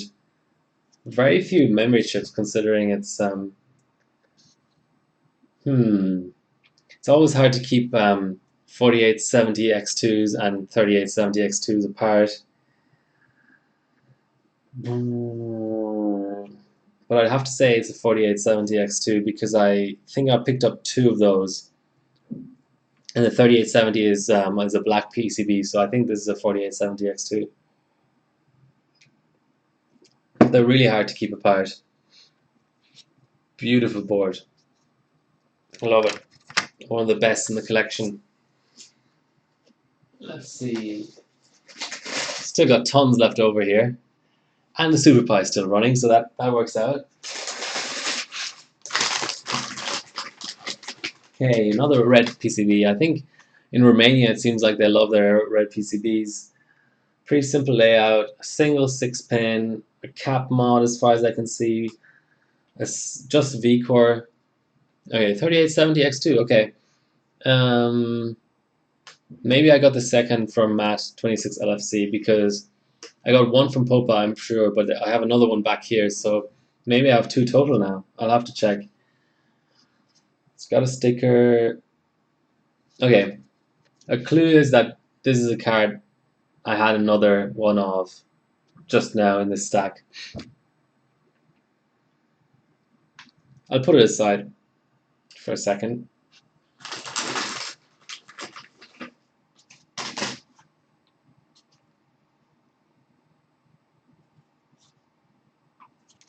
Okay. Two of the same. MSIs. So there's actually three 3850s in this stack. So that's nice to bin through.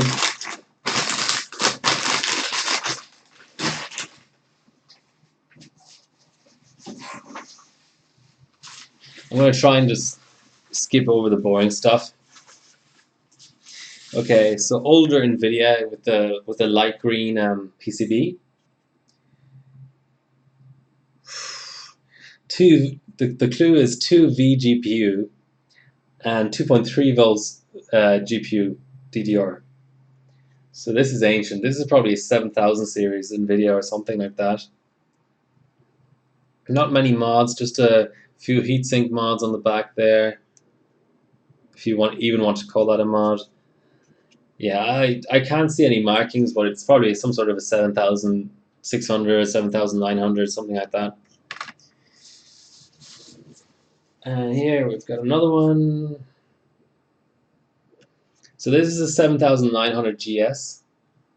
Let's compare and contrast. Yeah, I guess it's just two of the same. That's why they were packed together. It makes sense. Okay, what's another long bench that we can run? As a cap just falls off the card. That's not good.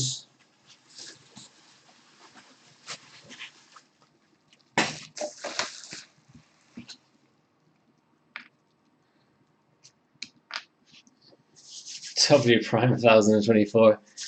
That's not that long on 8 threads. Okay, let's just say this. And then quickly run a 1M. And then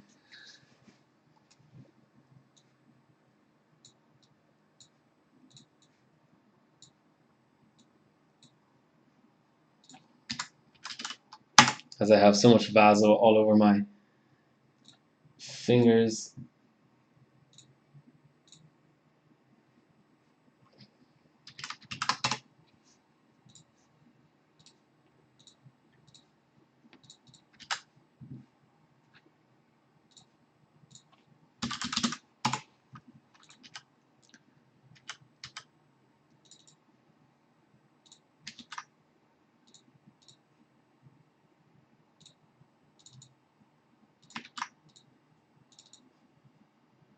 Okay, let's give it admin.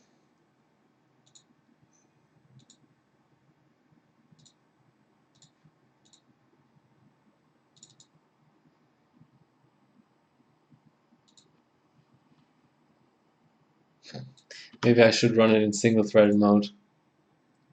GPU Pi doesn't seem to be cooperating.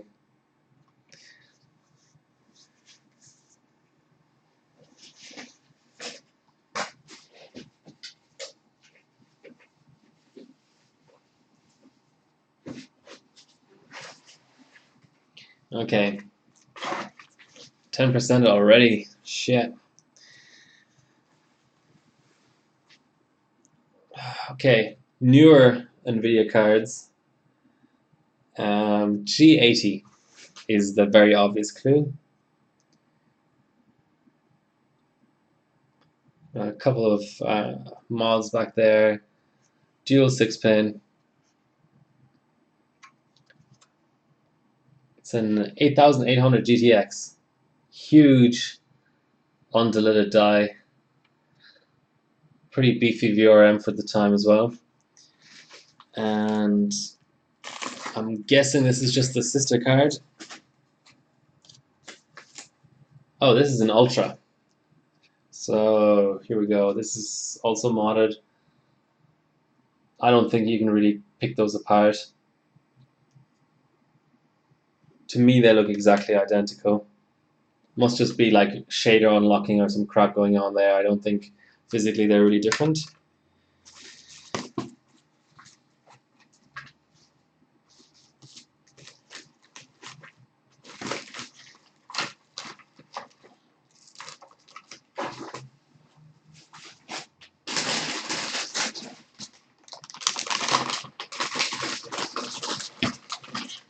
More red GPU, red PCBs. Seems like this is another 3850. Looking at it. Yes. Fuck, I bought too many 3850s. I'll have to run 4-way. But that's okay. Binning is a thing.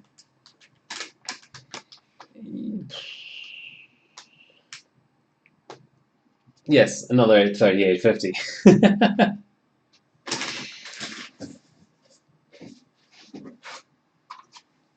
This is going to be a bit easier.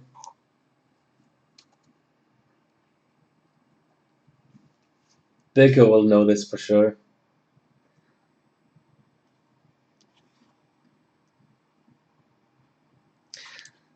Of course, it's another 2900 XT.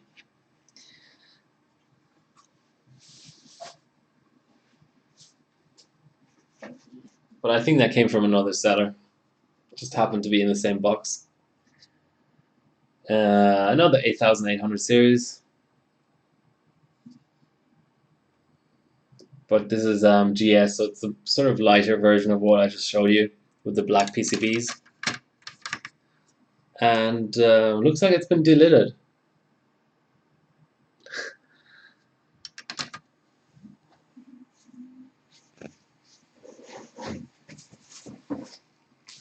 Almost done now. Dual GPU, black PCB. I don't think I have to give any more clues.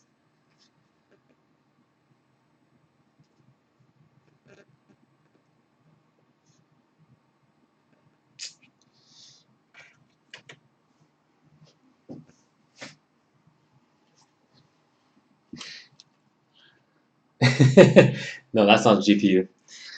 I'm just kidding. A lot of 8800 series stuff here. Okay, that's done. Let's do a 32M run. Another delidded. GTS this time instead of a GS.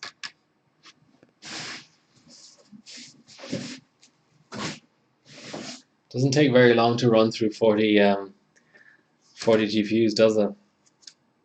Okay, so here we have external power, all vased up, cap mods, vCore mod, but it does have a sticker, so I can tell you what it is if I can read it.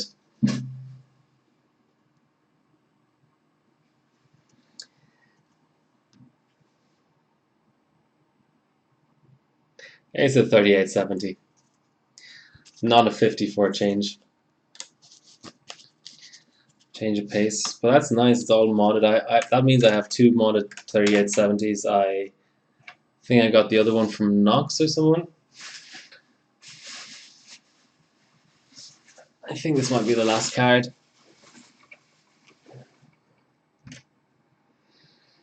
Hmm. 1.79 vGPU on chiller, 2.2 vGDR, OVP mod done, but no nothing else on there.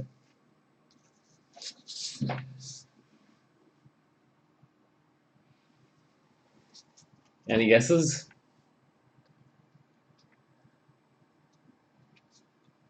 It's a 1950 Pro.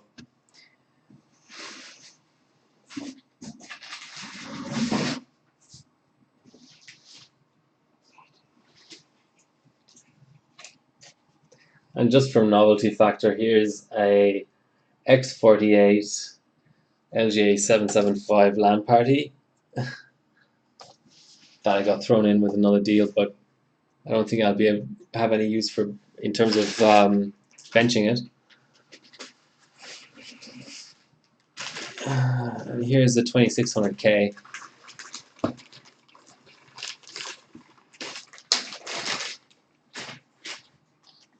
In a kind of rotten looking Maximus 4 Extreme board.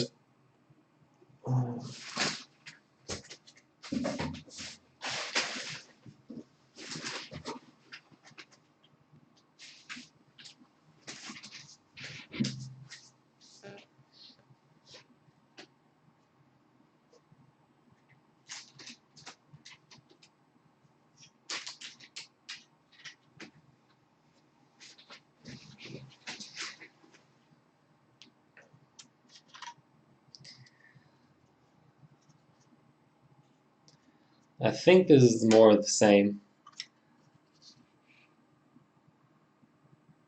Okay, that's enough GPUs for one day. I think it gets the point across that I need to do more 3D benching. Let's take a W prime screenshot.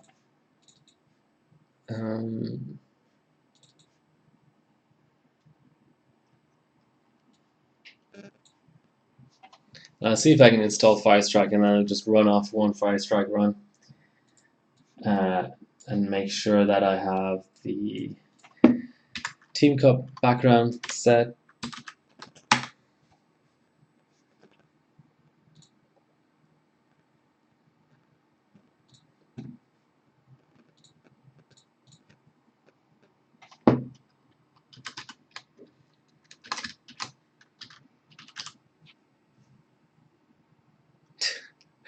Do you know how to 3D bench?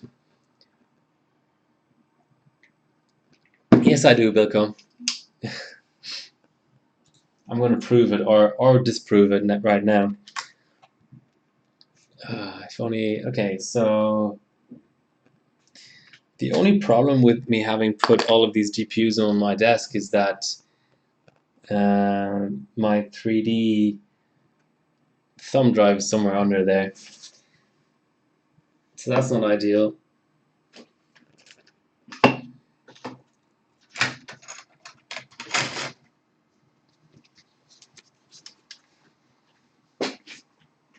So I'll have to move them again.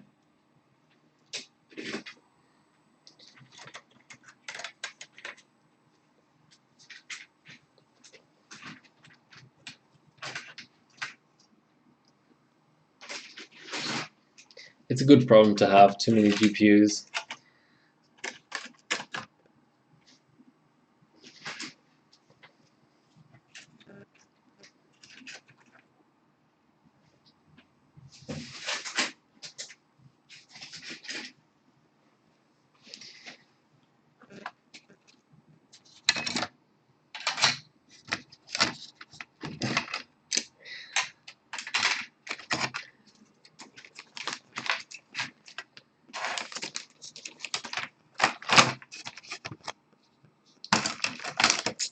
Okay, time to install Firestrike, as I'm trying not to put VAS all over my new laptop.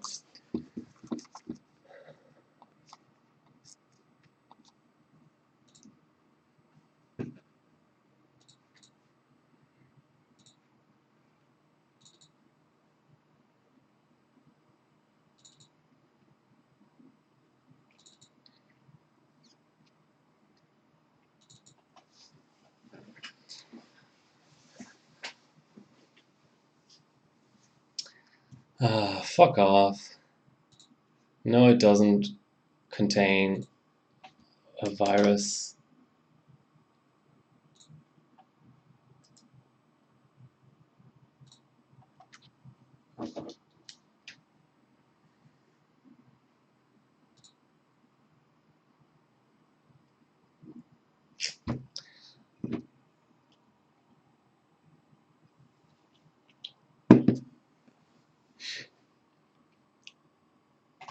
Okay, I'm gonna look that up.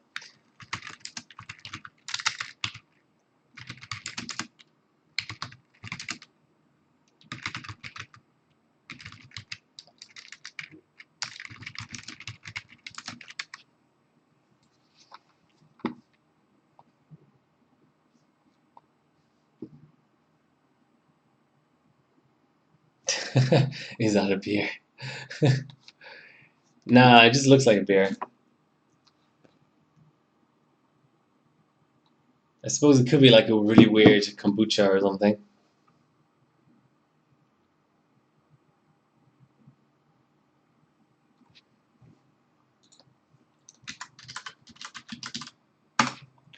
Can I just disable Defender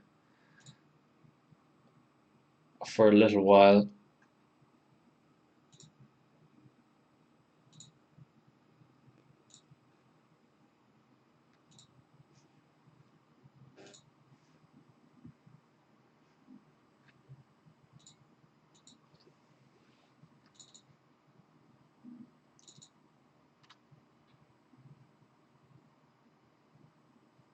It's actually straight up deleted the file, hasn't it?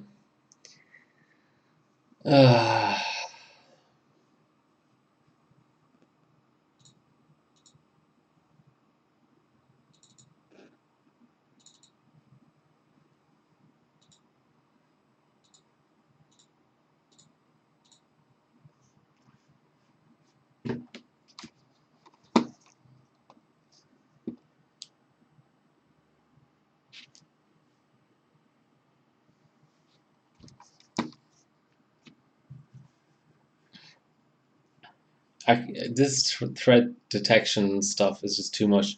Okay, let's run a different bench. Let's run 3 Mark 11 physics, a classic. Even though I need the latest.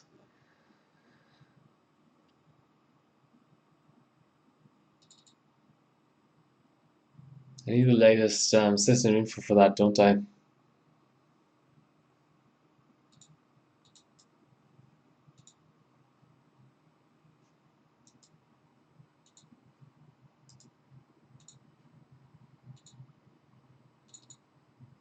Hello.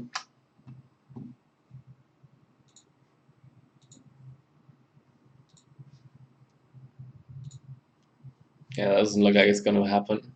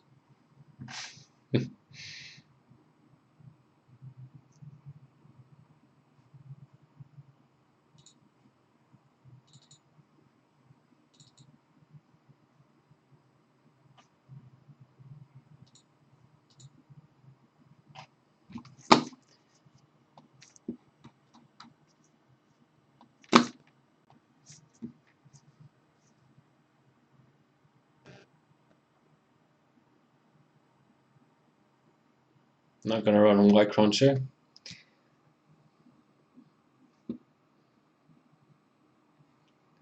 That seems like such a pointless category. SuperPy Jam with Benchmate. That's exactly the kind of bench you wouldn't want to run with Benchmate. I could run PC Mark 7.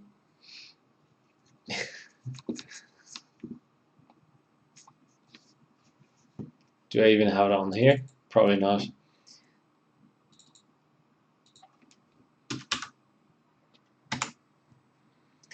Okay, let's give PyFast a whirl, and then I think that'll be it for the stream. Don't think I really want to contend with all these Benchmate is needed. Ooh, PyFast errors. That's a new one.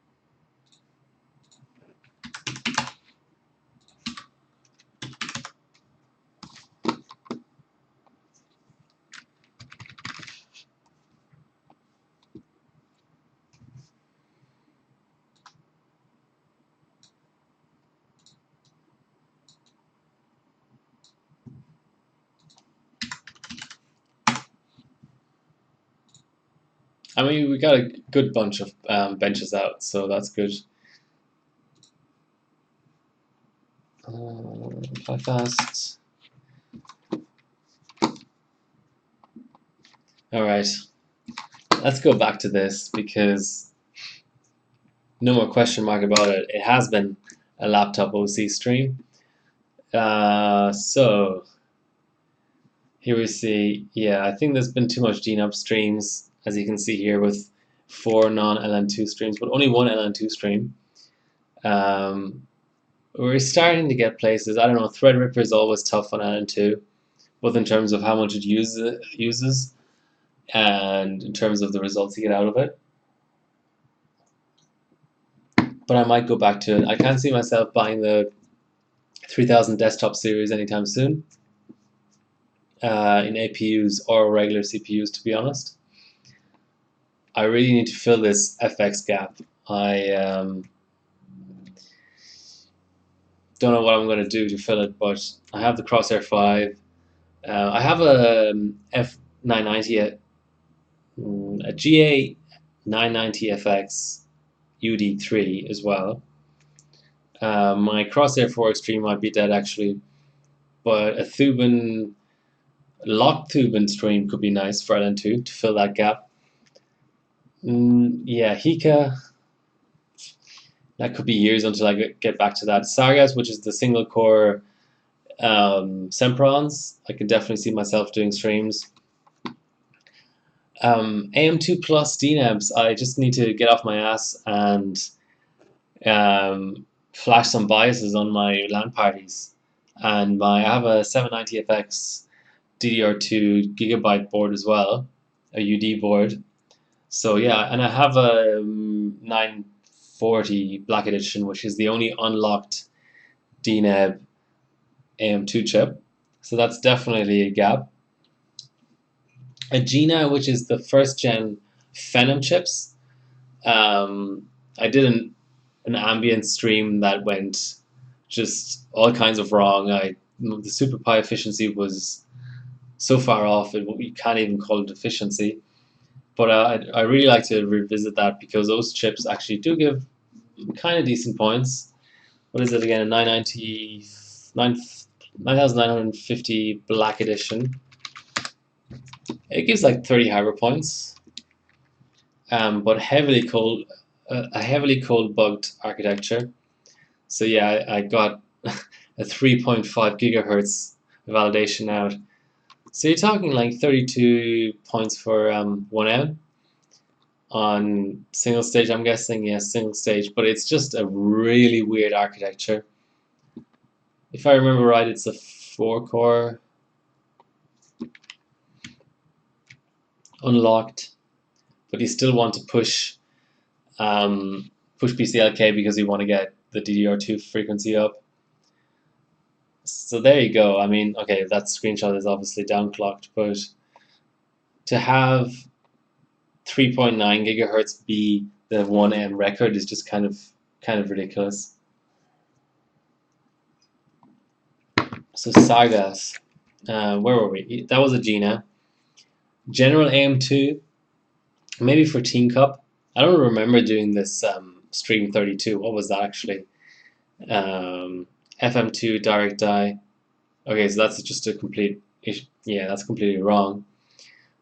What was my direct die attempt? That was Richland, so that was here. So this is actually, I haven't done any AM2 streams. In terms of boards, I don't even know what I have in terms of boards. I'd have to have a look. Carrizo.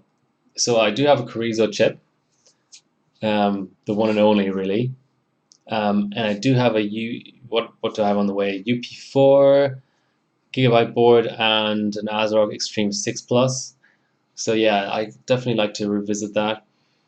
So I did a Team Cup stream, I think last year for Kaveri, Firestrike iGPU or something like that. But I'd like to, well, in terms of LN2 streams, I'm not sure if I'll do that. It's not really a good 2D platform. Carrizo is because it's so efficient for, or it's got crazy IPC for 32M. and then Richland obviously is because it's full pots, but Kaveri Godavari, neither full pot nor are good at anything, so that's a tough one, tough sell on LN2. Trinity, I have a 5400K, 5600K, and a 5800K on the way, I think. So that'll be something I'd like to do on LN2. I wasn't happy with the chip that I had, and then it died after deliving. FM1, that was the infamous GPU pie issue where Lee got involved in all that because of an older Giza scoring better. But I still could see myself doing 32M on LN2 there. 939, 754 I hate with a passion. Socket A I don't have a board for currently. Intel. Let's have a look at Intel. Coffee Lake. I have a 9700K, so I could do like a 32M stream. It would do sort of 7.1, I think. KB. I have a 6700K, that's pretty golden, so yeah. Not high on my priority list, so don't worry. The golden 6700K, that's definitely getting streamed on LN2 and on Ambient. The stream 7 that you see there, that was a 7350K stream where I got 2 cracks, I think, so that was a bit of a fail. Skylake. Oh, so I just talked about Skylake. 462 isn't high on anyone's list. Even the retro benches, I think, are more into sort of socket set like socket 370, that kind of thing. So yeah, even amongst retro benchers, socket A isn't a big thing. So yeah, I was just talking about Sky and KV combined. I can see myself doing another.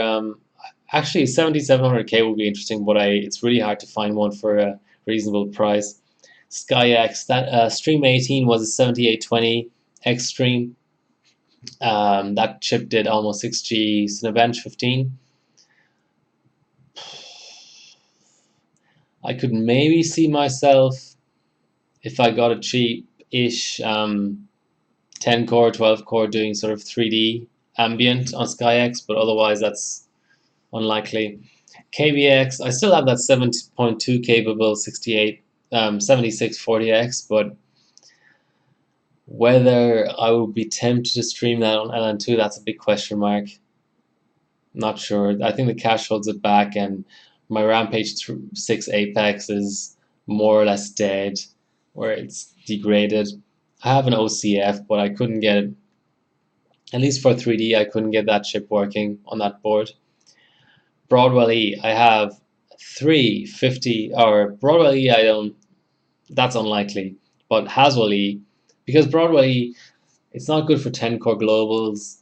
It doesn't really have many hardware points, especially now that XTU is gone. But I may eventually pick up a chip cheap and stream that. Haswell E, I'm keen to get a 5960X, plenty of hardware points there.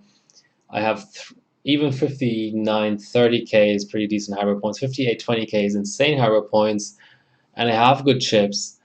And the thing is, a lot of those results are not on B-die. So doing quad channel B-die at like 3600C12 or even C11, you can get great results out even at lower clocks. So the problem is my board has broken I/O, but I really want to revisit that. That's close to the top of my list.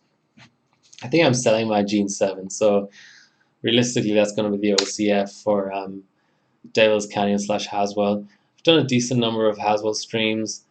I might go back to my 4690K for an LN2 stream, or for like or on Ambient I might do an iGPU stream or something.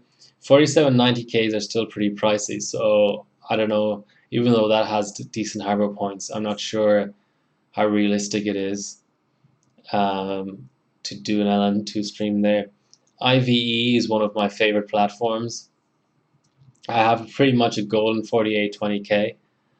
I'd like to attempt to take the platform, the overall 32M platform record there. That's currently being held by Splave on, I think, a 4930K. I may even go cold quad channel. The only issue is my Rampage 4 formula has permanently lost one channel, so I'd have to prepare my black edition for cold. So not sure I want to do that, especially now that my Crosshair 4 Extreme may have died because of all the cold RAM I did on it. But Ivy is a great platform. Sandy E, I attempted LN2 on that, and it just doesn't scale. I ended up running LN2 1M and W prime and stuff like that at -19 or something, so that was ridiculous. I basically got runs out at 5.6 gigahertz on LN2 and 5.55 on chiller, so that will tell you how little scaling there is. But still an interesting platform. It just takes a lot of binning to get a good chip there. Ivy, I have a few 3570Ks, and it's definitely a platform. Probably after Haswell E is probably the next platform I really want to try on cold because I haven't yet. And the fact that I don't even have an ambient stream there is kind of pitiful. And I have two OCFs, so I can even bin those. Sandy, I have plenty of 2500Ks, a 2700K, a couple of 2600Ks. Again, it's the same thing as Sandy E. Finding that chip that is both a good clocker and scales on cold is tough. Gulftown and Bloomfield. I should probably mention that Rammers 3 Extreme and a UD9. I also have a Rampage 3 formula. Yeah, that single LN2 stream was for Team Cup last year was a Cinevent 15 stage, but I have a lot to learn on that platform cold, so I'd love to redo that. I have a couple of 980Xs. I probably have 10 to 15 chips. So Clarkdale and Linfield. I have a H55, a couple of H55M UD2Hs, and I also have a UD7. Now, so the first chip I want to bin on here is I have, I think, 3 or 4 750s. So that will happen reasonably soon. You can expect at least a chiller stream on a 750. I don't want to do Clarkdale. I have a couple of Clarkdales. I have a 661 and a 650, I think, but I don't feel like doing Clarkdale, but Linfield for sure. So yes, and I have a couple of boards. So I have, well, 3 boards, 2 H55Ms and a UD7. So no excuses. Clarkdale is pure fun. No, Linfield it is. 775 and 771. I also so there's a Rampage formula for DDR2 and a Rex. I also have a LAN Party Junior, and I have an EP45 DDR2, so the non-T version. I've done a couple of streams, but it hasn't been very successful for it, so I'd like to go back to that. But 775 is known to be a pain in the ass. I probably have somewhere around 100 to 150 chips for 775, but I just really haven't put any effort into it, so gotta come back to that. 423, I'll tell you right now, big unknown. 478, I don't have a board for. 370, I have I think it's a Cussel too. So I just have to find the time.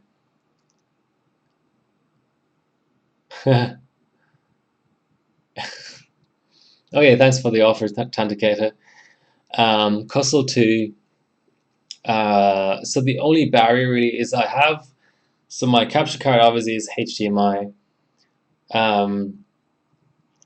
I have, I think it's I have to remember now, I think it's a VGA to DVI I cable, and then I can just passively adapt that to HDMI. So I can capture an AGP card, which is what you need to use for 370.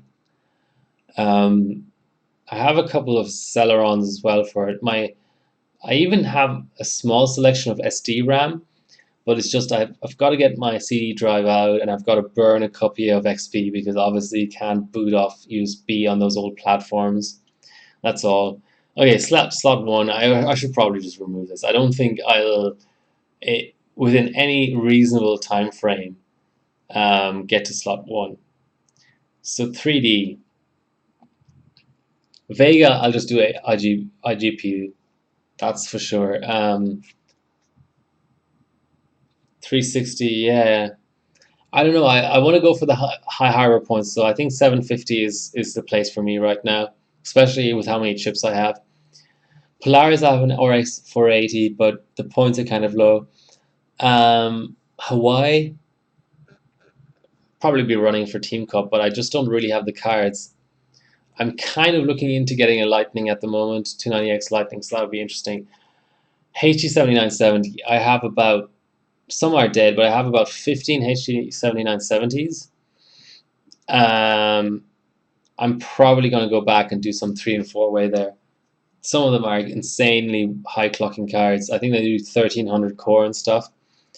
HD6000 series. I have a couple of OEM, like sort of, what is it called? Reference design cards there. I have a couple of 6990s as well, but again, I might do like an 05 and 06 stream for that. Dude, you're a hardware messy. Yeah, I think I have.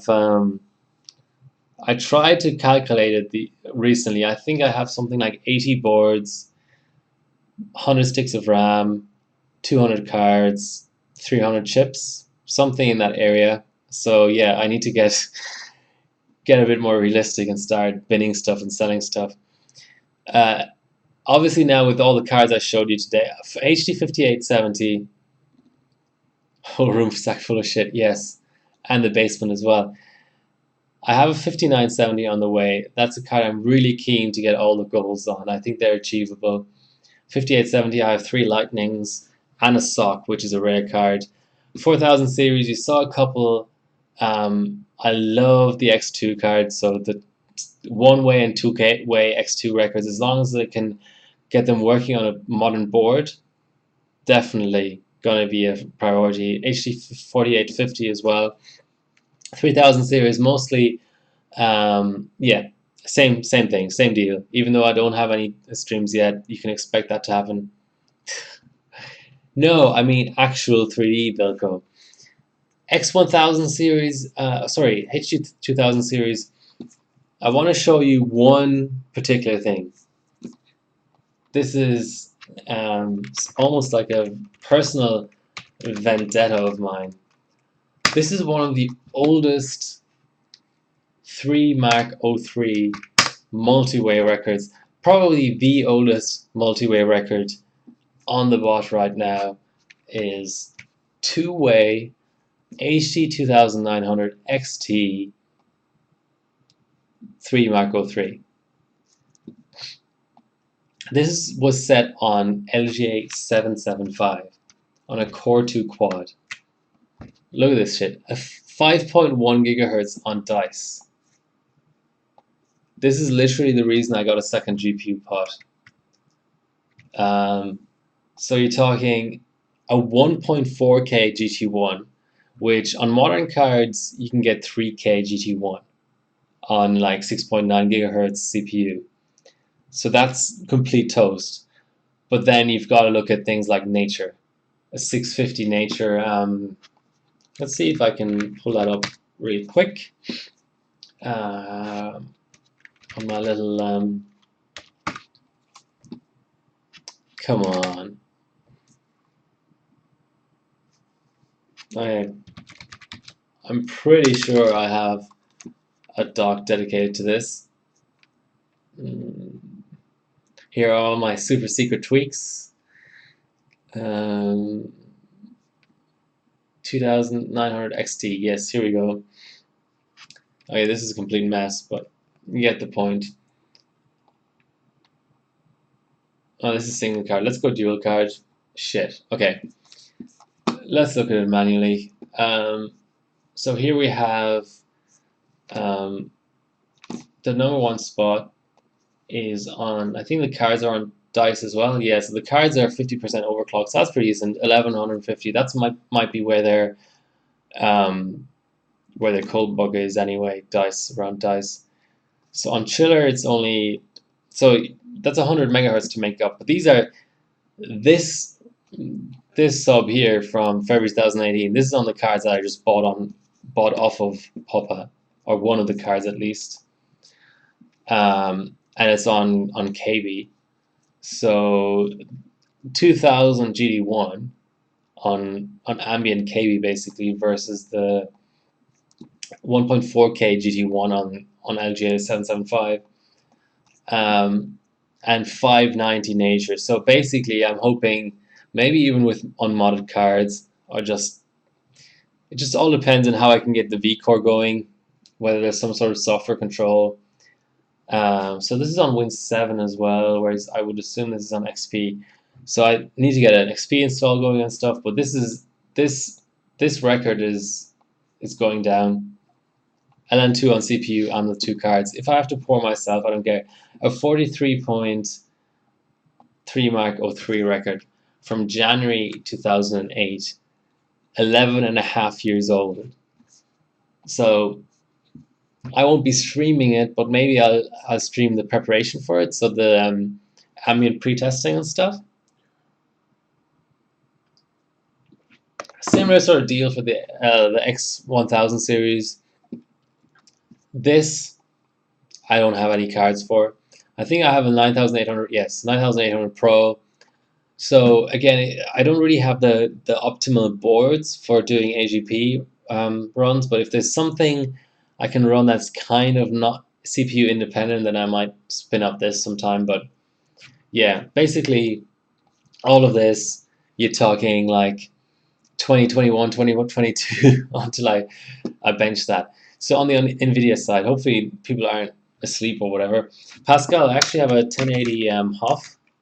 So I might do a GPU Pi stream. I have a 1080 HOF, a 980 Ti HOF, 980 HOF, a 970 HOF. I'm working on a 1070 HOF, and I have a 780 Kingpin. Did I mention 980 HOF? I have that as well.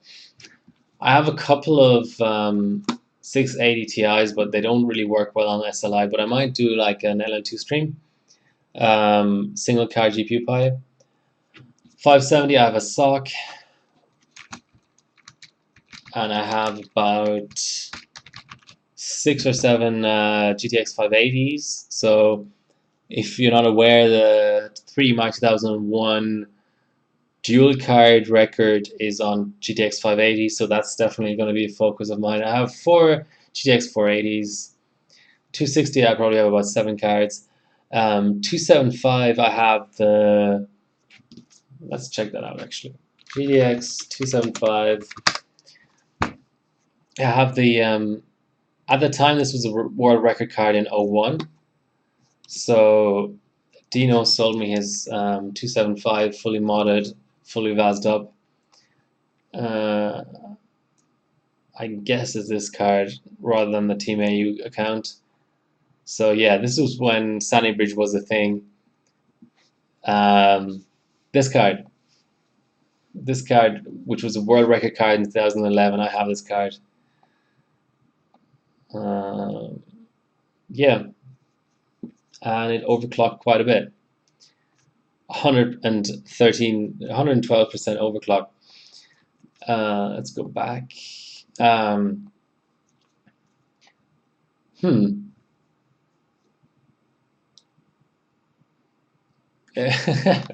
Zero SS. Nice. Let's have a look. Yeah, it looks kind of familiar, doesn't it? What is the GeForce 100 series? I don't actually know what that is. What the hell? I should probably remove it from my little spreadsheet there if I don't know what it is.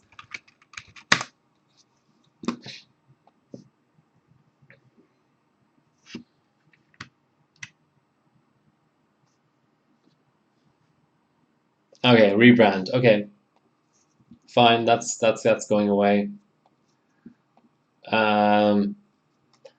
Anything other than that, basically, no guarantees. I certainly have a lot of 7, 8, and 9 series stuff, but the amount of prep work that sort of thing takes.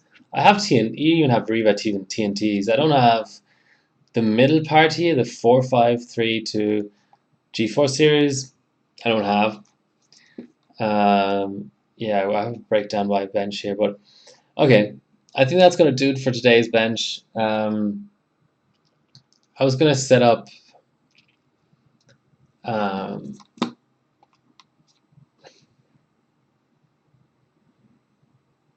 still need that aqua run. Okay, if we're going to talk about achievements, let's look at my achievements hit list.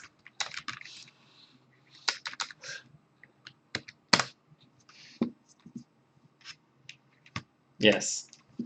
So this is the rarest achievement.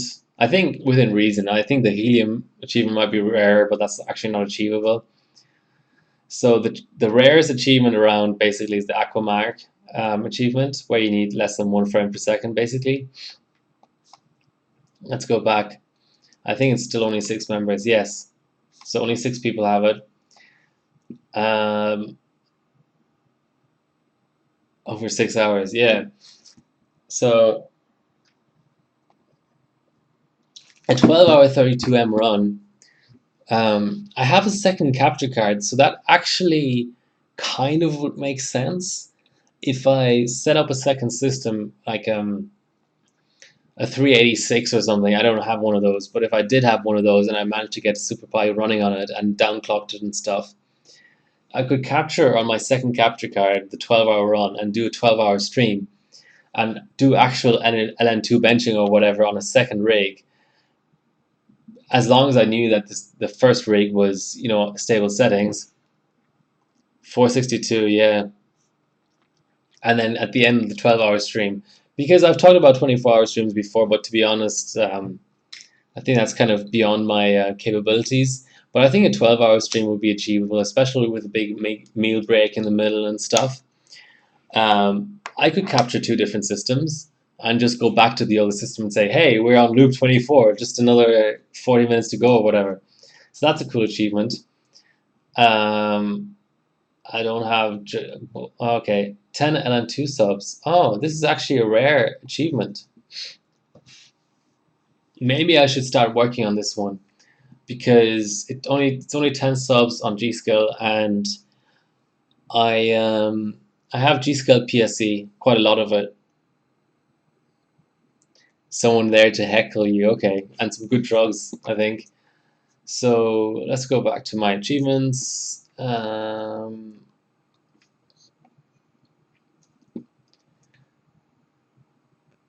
All the way down at the bottom.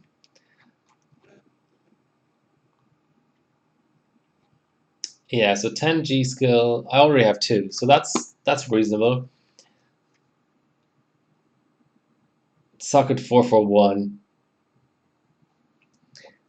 Yeah, I spend countless hours going through eBay and Gumtree trying to find hardware, and I haven't, to my knowledge, come across socket 441 at all. So let's have a look. I mean, what exists on socket 441? I have no fucking idea. So apparently the most quote-unquote popular chip is the Atom Z520. And who's subbed on that? Ooh, there's even 18 harbor points for it. Cool shit. So what's that weird blue flag? John KKS. Delia subbed on, of course, because he subs on everything. So what? I don't even know what kind of disabling points on Atom. That's interesting. So it That's actually invalid sub, but anyway, let's have a look at the Delhi one. So it doesn't even show FS like frequency of or type of memory. 45 nanometer. I have no idea what that is. I wouldn't even begin to. I wouldn't even know how to begin to get this achievement. S1 is a reasonably common mobile socket. Fair enough. I don't know what that means, but let's have a look. Okay, so it's kind of an early AMD socket. What has the most subs? 200 subs, 300 subs, 350, 500 subs. Okay, so the Tyler core, whatever that is. 27 hardware points for 1M. Someone from Latin America is in number one. So a DDR2 mobile socket, 65 nanometers. Fair enough. So cups and medals on 441, higher points on S1, really slow and two subs. Sorry, 3 mark subs. Yeah, I think I already have 2 of those. They're pretty easy. Just have to get under 100 points. Liquid helium, sub-zero, and 8 gigahertz. I have that now, so that's nice. Ooh, and I'm still the last person to get it. I'm in good company. CNZDRN, the silver, Yas. Well, that's bad company. Let's face it. Okay, that's gonna do it for this stream. Thanks for watching. I didn't get through as many benches as I thought I would, but it is a bit awkward trying to bench on a laptop. I hope you enjoyed it anyway. I'll be back next week, and I'm out of beer, so clearly I've got to end the stream. Thanks for watching. Until next time.